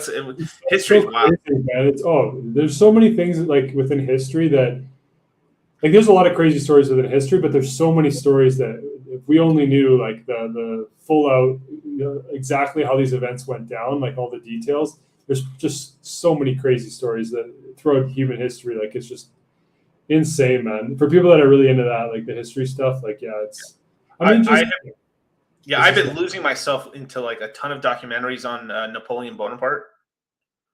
Napoleon, bro, like, yo, that he don't get, like, Yo, he don't get enough talk. Like, dude, Napoleon was out here, bro. Napoleon was the shit, dude. Like, goddamn, man, it was pretty insane. He pretty much, all right, he pretty much beat the shit out of every major, pretty much European power for 4 wars. 4 wars. Like, imagine, like, all right, he ends up kicking most of like Europe's ass, and then they're like, all right, we're gonna beat you up again. Then he beats their ass again, and then they all gang up together with Russia. Then he beats Russia's ass, and he beats their ass again, and then they get together again, and then he beats their ass again. That's crazy. Fucking wow, dude! Like. What, I don't know why there's no more stories. I mean, because he's like literally a French guy. I mean, well, technically he's like a. Is there a Netflix document or not documentary, but is there like a Netflix series about like they should, because they tend to do like, you know, as far as Netflix series, like you'd think at some point they would do one about that. See, watch the Moon and Jake Tran documentary for stuff. Yeah, I'll definitely. Yeah, Jake Tran is amazing. He has amazing mini docs and stuff like that. But heck yeah, man. But let's see. I have a German officer's weather pistol for my grip. Yep. Mm-hmm. Yep. Definitely. But yeah, Napoleon conquered everybody and stuff. It's pretty. If you guys like, it's not talked about a lot because you know why? Because a lot of the powerful people in Europe fucking hate his ass, basically, and especially the English royalty and stuff. Because basically he toppled almost everybody. Like all the European kings and queens and shit got toppled basically because of Napoleon. And then Napoleon was spreading he was Genghis Khan out there, bro. It was insane. But fucking cultivate. I came for crypto but got Napoleon. You want to come in here, Charlie, bro? You're more than invited, bro. If you want to come in. Yeah. History channel / travel channel / yeah, we covered Celsius, covered traveling to Mexico or moving to Mexico. Yeah. We had talked about what was Charlie's plan to escape Japan and stuff. I'm thinking of a Nissan sort of like escape strategy. So I've been strategizing with Charlie. Like, let's just say the Japanese won't let Charlie go and he's stuck in Japan. Okay, so how are we going to get him out? So what I've been thinking is like we make Charlie and the Chocolate Factory a band, right? And then we put Charlie's face everywhere, all over the equipment and stuff. And then we have these giant fucking rotary speakers and stuff in these giant cases. We put Charlie in the case, and then we just go into like the airport, pretty much like we're just traveling with cases, while he's inside, right? And then we put like a speaker on top of him, but we use some metal poles. So obviously, like the speaker's not gonna crush Charlie, but he's like super comfortable. We'll drill like a little hole for air, and then we board him into a plane. We fly him out, and then boom, we got him. And then I mean that's kind of, I think that we call it Operation Nissan, but yeah, that's the plan to get Charlie out of Japan and stuff. And we have to, first we have to create a band called Charlie and the Chocolate Factory and stuff. So. Yeah, positions are open. I don't know if you guys want to. I mean, maybe can you drum Plan C? I have like no musical ability whatsoever. Okay, we'll give you a maraca or something. We'll give you something. We'll give you a I'll be like security or something. I'll be personal security for you and Charlie. Yeah, Charlie and the Chocolate Crypto Factory. We're like international famous. Wait. Operation Nissan, but destination will be the Maldives. Yeah, the Maldives. Yeah. Oh my god, man. Yeah, I'm so unaware of like what it's like right now in a lot of countries. Like I don't even know. I haven't even asked Charlie actually recently what it's like for him, but in Japan and stuff.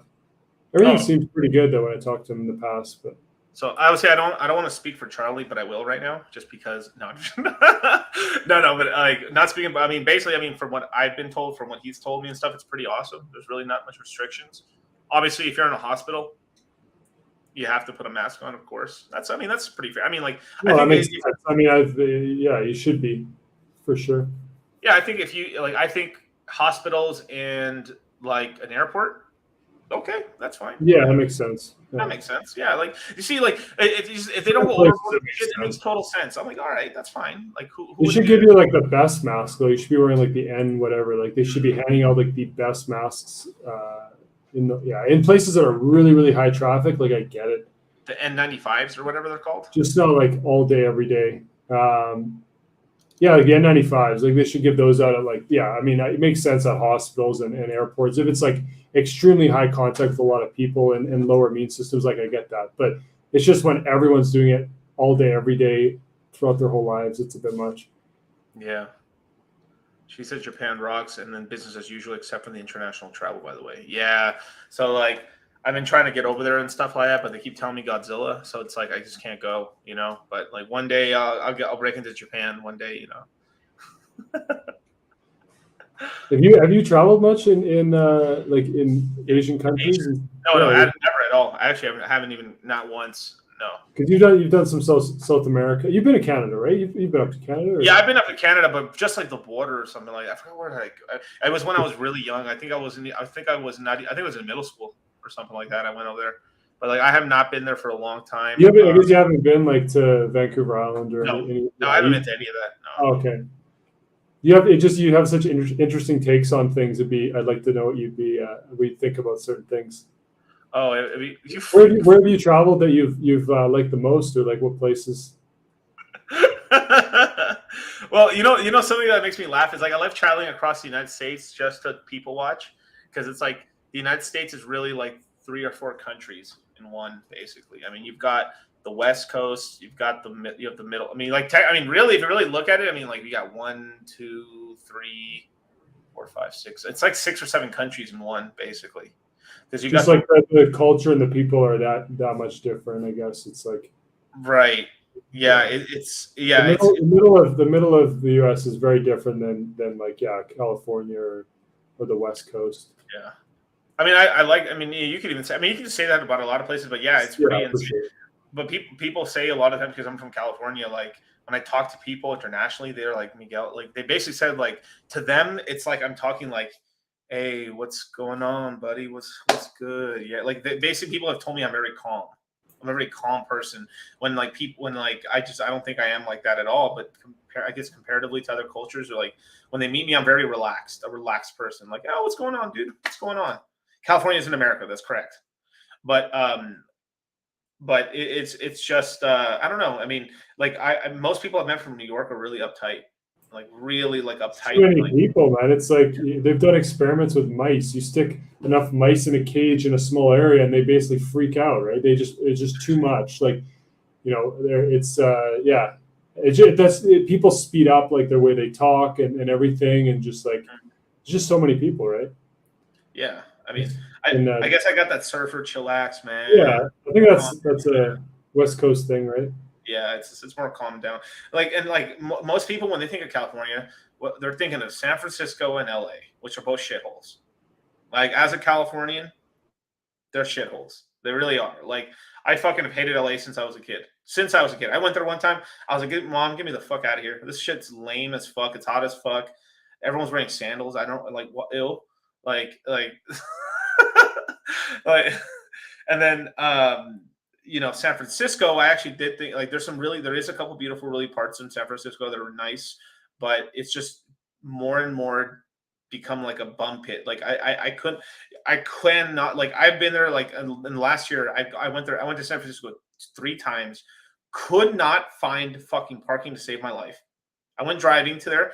I couldn't do it, dude. I couldn't find parking. Anywhere I went, I couldn't find parking at all. Like it was to the point where I was so fucking infuriated. I drove around 2 hours trying to find parking. Yeah. And I said, no, I'm done. And then I did it again. Maybe that was a fluke. Okay, let me drive again. My dumbass driving to the city, trying to like through the financial district or some shit, trying to go like look around and stuff. Cannot find parking on the street.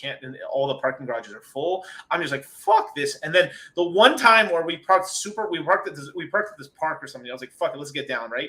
There's homeless people. There's diapers on the fucking side of the street. There's like literally human shit. Like it's fucking disgusting, dude. San Francisco is a disgusting city. Like burning. Has it gone worse in like the last few years though too? Like, it's gone unbelievably worse, dude. I've never been there myself, but like at one point I think it was pretty good, but I don't know. I've just heard from different podcasts from people that live there and stuff that it's gotten worse over the last few years. But the people dress shitty too. Like I'm gonna say this right here. Hand on the Bible.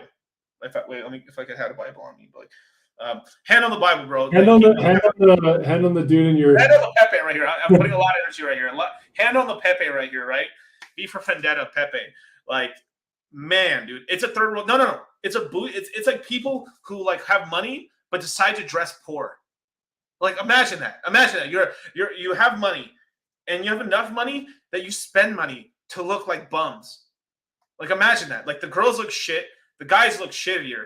I mean, they're not even dressing like fucking like they're not even dressing like surfers, dude. They're dressing up like beach bum surfer bros. It's bad. There's like I've only seen like 2 people in a suit ever, and they're like they're the dudes that open the fucking doors at the expensive hotels. Like, bro, it's bad. And then and then some of the nicest areas where you think it would be clean, there's fucking homeless people. There like watch this. There is streets. They're just taking over. They're like these fuckers of the are city. so comfortable. They have chairs. Imagine like you have a full-on office chair. Like there's a string of like 4 people and a woman or something like that in office chairs just chilling on the sidewalk. Like it's just their job. And they're just people watching. Like just oh my god, dude! It's you're not selling San Francisco.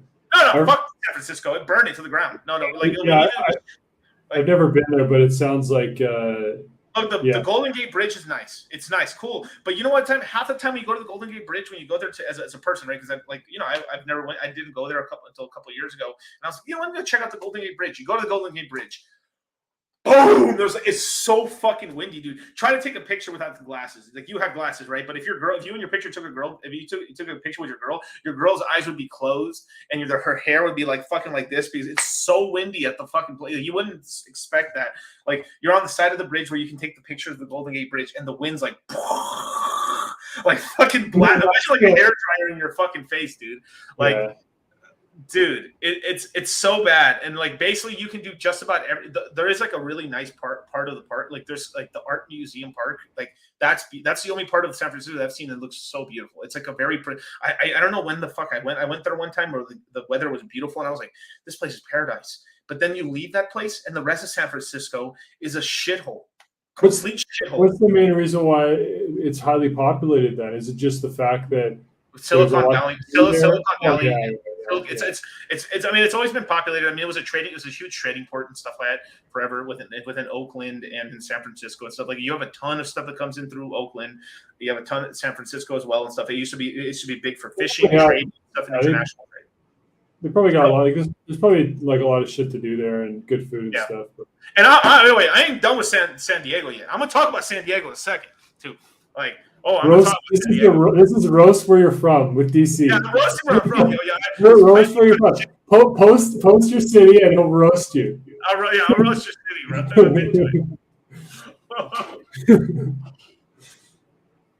Have I been to Big Sur, sir? I've been there many times, sir. I'm from there. Jesus, someone stole your bike? No, they didn't. But they might as well have. Like, dude. Man, it's so bad. But you gotta come to Mexico, man. I gotta get you here. Oh, dude, Mexico said, look, they're poor because they're poor. Like, there's a difference. There's like I'm living in a shithole because I don't got money and there's very little opportunity. That I can like that's what sunned me to real poor, like poverty because one time we flew to Guadalajara, right? You fly to Guadalajara. Right? This is one of the main 2 cities in Mexico, and of course, like if these are the main 2 cities, they try to have there's money there, right? There's some rich parts of Mexico. Like Guadalajara has some pretty rich areas. That's right. St. Louis, what? I don't even know what you're talking about, bro. No, but like you go down there and once you drive past the airport and stuff like you see the poverty. I mean, it's just shanty towns, and that's what last time I was there in Guadalajara. Because most times we just drove down or flew down to some other place, but it's pretty sad, man. Like, but. Last time I was there, I mean, I will say this, though, it's heading in the right direction. Like, the poverty is starting to lessen, or like the poor are starting to kind of get better lives. Because when I went, like, when the first time I went to Mexico and I saw the poverty, like, it was basically mid 90s. And dude, it was pretty bad. Like, even my aunt was living basically in a concrete shack by the river, basically, when we first, because my mom ran away with my dad and stuff when she was really young. And she basically ran away from home with my dad and like went over, and across the border illegally and came to the United States and stuff and everything like that. And then years later, like she hadn't seen my grandma in about like 8 years, 9 years. And then when we came back, it was pretty bad down there and stuff for a lot of my aunts and stuff. But yeah. I guess I'm probably like not fully aware of the level of poverty here, just because I've been in like where I'm currently located is a nicer, like, yeah, a lot nicer area. So yeah, I guess I'm kind of oblivious to yeah, there obviously is obviously is a lot of poverty here for sure. I'm fortunate that, yeah, my partner, we're in one of the nicer areas for sure. So No, there's nothing wrong with it. Like Mexico, there's a lot of good places there. Like, and but yeah, there's parts of it that's completely failed, other parts that haven't and stuff. But like but people make a life everywhere. Basically, it's just like how you make it and stuff. But I guess like one more thing before, so I can shut on San Diego for a second. I actually do like San Diego, but the thing is, it's like basically San Diego's almost like a beach town that grew too big, to me. yeah, I've been to San Diego a little bit, and it wasn't my like favorite place, but It's better than San Francisco. I promise you that. It's better than San Francisco, but the same thing. Like, man, the parking is pretty bad, but it just grew too big. Is that the main issue? Like, that's how I feel. That's how I feel. It's hard to know, right? Because 20, 30 years ago, like, some of these places might have been awesome. It's just they got too big, and like you said, it just becomes a problem with the like parking and everything. It just becomes like, yeah, people are on top of each other. Yeah. There's a ghetto in every city. Yeah, of course. Well, except for Victoria, where I grew up. There's no ghetto. There's no ghetto. It's like what's Victoria? How is Victoria? Vancouver Island, where I grew up, Victoria. Like I said, 1 to 3 homicides. No, basically 0 to 3 homicides a year, and there's no ghetto. I guarantee there's no ghetto in Victoria. It's the only place. It's like one of the safest places on earth. So yeah, no zero there. No dips. Only all-time highs only. Exactly. The beaches are nice in San Diego. It's really nice, but I don't know. Miami's fucking really interesting, but I feel like you can like really just like, yeah, there's a lot of money to be made in Miami. It looks, but like, man, if you want to go partying, I think Miami's more cracking than Las Vegas for the most part in terms of what's going down there. But man, dude, the humidity is just killer, bro. I couldn't do it. I mean, I wouldn't. No, I refuse. But like, always feel like you have like you're just covered in sweat, basically. Yeah, dude, it's just like a consistent struggle of you're just feeling like, damn, dude. Yeah. That stuff matters too, for sure. No, definitely. But there's a bunch of really bougie, cool places and stuff. A lot of pizza joints over there. Like San Diego has great food. Actually, it has really, really, really good food. And everyone's usually nicer. I think San Diego's not a terrible place. And plus, you're near Tijuana too. No, you're not. Yeah, I mean, well, it just depends, right? Like, it totally just depends on where you are in these places and what you do, and like, yeah, I mean, every place has their absolute shit. Like, yeah, it's just all. He might be right about that Nashville shit, dude. Yeah, because Nashville is where it's popping for country, bro. It's Vegas of the. I think he's right about that. Probably, you know what I mean? Like, shit, dude. Like, yeah, in San Diego, I can barbecue in the middle of December. Yeah, that's the beautiful thing about California. You can do anything, any time of the year, man. Like, it's amazing. But King of Jacks, if you love 304s and Miami's the capital, Miami is the capital for the 304s.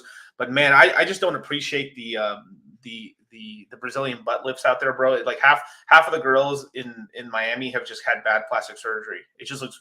It's not even like I laugh at it. It's just like, damn, dude, that would suck. Like, I would feel bad if I was in that position. Just like, imagine you were a girl and then you had that surgery and then you look like a fucking. Oh my god, dude! Like, shoot yourself. Terrible. But anyway, you guys, Crypto Mindset Q3 is coming out in September. Oh, did I say September? I'm sorry, July 22nd. Oh, okay, yeah. Yeah, July 22nd to the 27th. It's on sale for 5 days only, and the classes start August 6th. So August 6th will be the first classes, you guys. Yeah, so it's like a bit of about a week or so once the stop of the signups to the actual course. About the actual course, yeah. And it's mostly we're doing this to actually time the market a little bit to help guys, because like there's a lot of stuff happening at the end of August, especially with like Mt. Gox actually going to start selling coins into the market and stuff. So we want to be able to we're kind of like timing the course there in order to have the most amount of people. It's a good time. It's a really good time. to give people a lot of the game plans. We can hold people's hands as well as like if they take in the course, they're super active. So when shit goes down, hey, it's okay. Let's go. Get ready, and then we buy those lows basically. Because once we break down below like 20,000, if as soon as you, I mean, here's some free game right here. I mean, as soon as the BTC goes below 17,000, 15,000, like even if it does go to 11, let's just say it only does like 14,000, you have to start dollar cost averaging once we break these lows. Once we get to these lows, you have to because you're going, buy the dip. If you don't buy the dip and stuff, it just ends up passing and stuff. So definitely, right here, cryptomindsetcourse.com, right there, leave your email and it'll put you on the waiting list, or use my link under the description box, either one, and then we'll email you guys out when it goes live. But yeah, man. Is there any last things you want to say to the crowd? No, that's it, man. Like, basically we covered like the Celsius news and I mean, we talk about this on Moon Gang every week and stuff, but like there's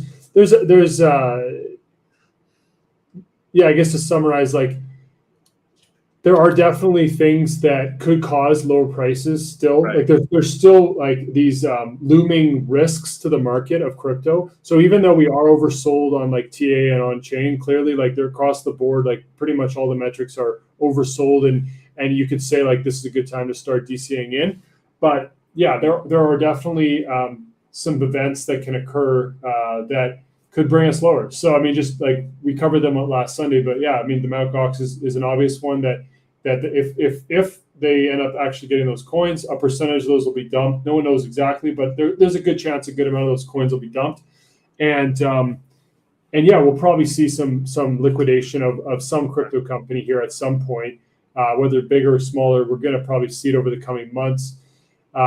Miners, it's something I want to dig into a bit more, see what's going on with the miners, because they're definitely hurting at these price levels, and especially if we go lower. So we're going to get through all this stuff. I mean, the inflation at 9.1, like the next event that I think could cause another really good buying opportunity is right now the market, in my opinion, is expecting 75 basis points. Like 75 basis points is definitely 50's priced in. 75 is like mostly priced in, I would say. Right. But I don't think 100 is priced in. 100 basis points. If they go, you think a full point? You really think? Damn. I do think, man, like an 8.6 to 9.1 is a big jump, and like they said they wouldn't do 100 basis points, but now like they just might have to. And another reason why I think they might do it is because so I think it's around the 23rd, I believe, or it's around the 23rd. I can't remember exactly. It's like 23rd, 25th range is when they're doing their meeting, but they don't have a meeting in August. They skip a month. So like they have it in like a 2 weeks is the meeting, and they're going to raise whatever they're going to raise. I think it'll be 100. It'll be a 75 or 100. I'd lean towards 100 actually, because inflation hasn't peaked. It's gone up another 0.5%, and they have to, I think, do 100 because just my guess, because like they're not going to do any raising in August unless they have like an emergency meeting. I mean, I guess they can call an emergency meeting. I don't know if that's how they operate, but it seems like they gotta just pretend they're doing the best they can. And so yeah, if it goes 100, which I think is a 50% chance or more, definitely a good probability that happens. And if it does happen, then most likely that's going to shake. Yeah, I mean it's coming in a few weeks, and most likely the market's dump. I mean the markets aren't strong right now, anyways. And if they do a full 100, then basis points, then yeah, maybe the stock market dumps and brings down crypto, and we get another low opportunity. So that's kind of like the near term catalyst that I could see. We might not get that. We might not get the 100, but if we do, good chance that we'll have a low in the surrounding days of that, and we'll see. That's kind of how I'm seeing it. No, that's a really good point, because I mean, pretty much, I think 75 basis points is. I think you're right. 50 basis points is total. Is it's not happening. It's either 75 or 100. It's just too big of a jump. This is second month in a row where it's coming higher than expected. Like I think the prediction was 8.8 or whatever we talked about on Sunday, and 9.1. Like it just keeps coming. It's just too high, man. Like we're getting close to 10%. But I don't know where the inflation is. What they're talking about, like what they're talking about, the inflation issue. I mean, I guess they're just talking about the prices, but it isn't like more people have more money. It's just what's going on is the same amount of people are competing for less products. and the price keeps going up higher. That's what's going on, really. Like we just Yeah. don't have enough supply. So then basically what they're doing is just trying to crash the fucking equities markets. I mean, real estate's already going to enter a bear market in the next year. I mean, like I'm not saying like 50% correction, but I'm saying like 20, 35. There'll be a drop for 20, 30% over the like we're probably gonna have the bottom in the real estate market in 24, which will be nice finally. That'd be a good time to buy houses again.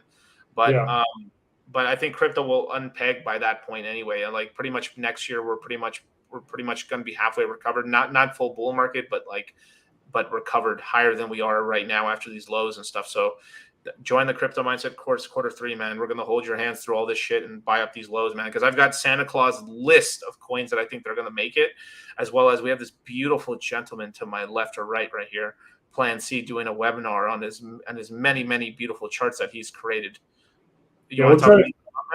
Oh, it'd be I'll be doing the same kind of stuff like on chain and just diving into.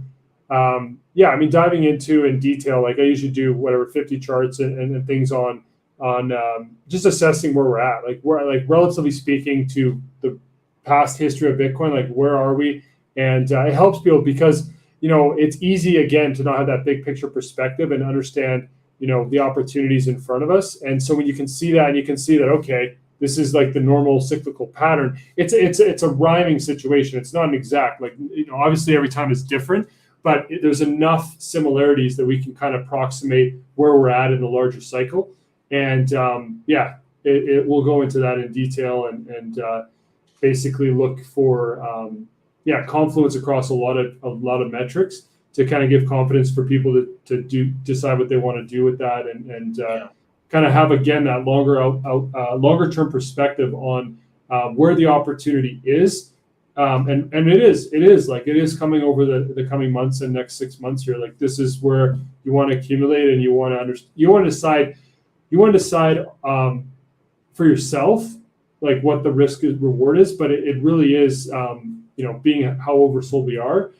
You definitely want to accumulate but some people, like, again, the reason why all these charts help is because people, it's natural, especially when you're new, to get scared from all the headlines. Like there's so many headlines and there's so many things that are done in the market to manipulate your emotional state and your confidence levels. And then even though you should be pulling the trigger, you don't. And so again, all this stuff you guys go through the course, really educating people on the ins and outs of the space. And again, from experience, like being here now for 5 years and spending every day, like digging in, you really get that understanding of the patterns, not getting shaken up by the headlines and all the sentiment shifts day to day, and then really having that long-term vision of how to accumulate the wealth and understanding like where this space is going. That to me is like really a big part of this, is like really understanding as best you can where the ultimate place where the crypto space is headed. So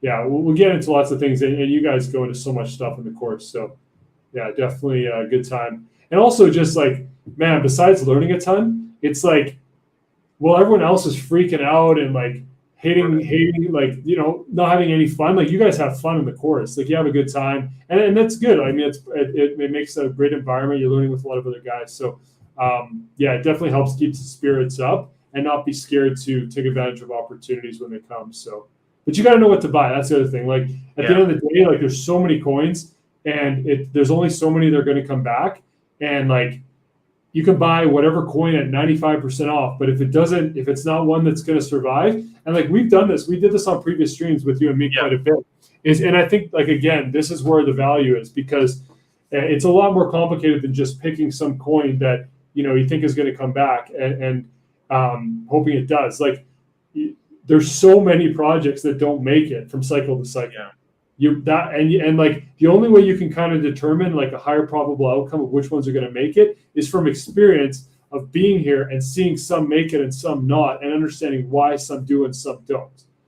And there's a lot of like similarities and reasons why. So that to me is like the biggest thing is being able to determine as best you can which ones do, which ones won't. But yeah, that's it. Sorry, I rambled. That's basically it. No, it's beautiful. Yeah. I mean, like I couldn't have said it any better myself, man. Because you're so good at that, man. Like you and Charlie, it's really challenging to have the level of understanding of so many projects in crypto. Like there's some people that know about a handful of projects, but to be able to speak to like pretty much every project and also understand the stories behind them and like the fact, like there's so much more. Like crypto's it's so different than the equities market, man. Because the equity market, you can get some dude that's just like, well, let's see the balance sheet. Okay, so here's the numbers, and like you can break down like a pattern of like, equity, and it's trading at this multiple of this, and it means this. But crypto's not like that. It's not at all. It's all based on like the stories that you have to like know all the players involved. You have to know like the it's very hype driven. Very hype driven. Yeah, exactly. Like, why is this one going to take off over that one? Like, what's their message? Like, what's the pop? Like there's so many things. The sentiment around it, the communities, like just understanding like why and which ones are going to be the ones that are going to be the ultimate ones that are going to moon in each cycle, and why. And yeah, there's a lot, and you only get that from basically like you and Charlie. Like, it's ever since I met you guys 2.5 years ago, like you're always talking about all this. Like, I don't know where you get all this information from, but you always have stuff to share. Like, I'm kind of crazy. You do have to be a little bit crazy. I'm a little crazy. I keep it together. I'm a little cuckoo. No, it's in the best way. Like if you do have to be a little bit because you're digesting so much information, right? And then being able to retain it and then connect the dots. Like that's the other thing. So it's a crazy space, man, but that's just the reality of crypto. So, but anyways, yeah, we should let everyone go here. But thanks for having me on, man. I appreciate it. Always a great chat and have fun, and it helps to shake up the routine. And I have a good time with you and Charlie, always on the show. So, but beautiful, man. Thanks for watching, guys. Thanks for joining us. We're all over the place, but it's always fun. So.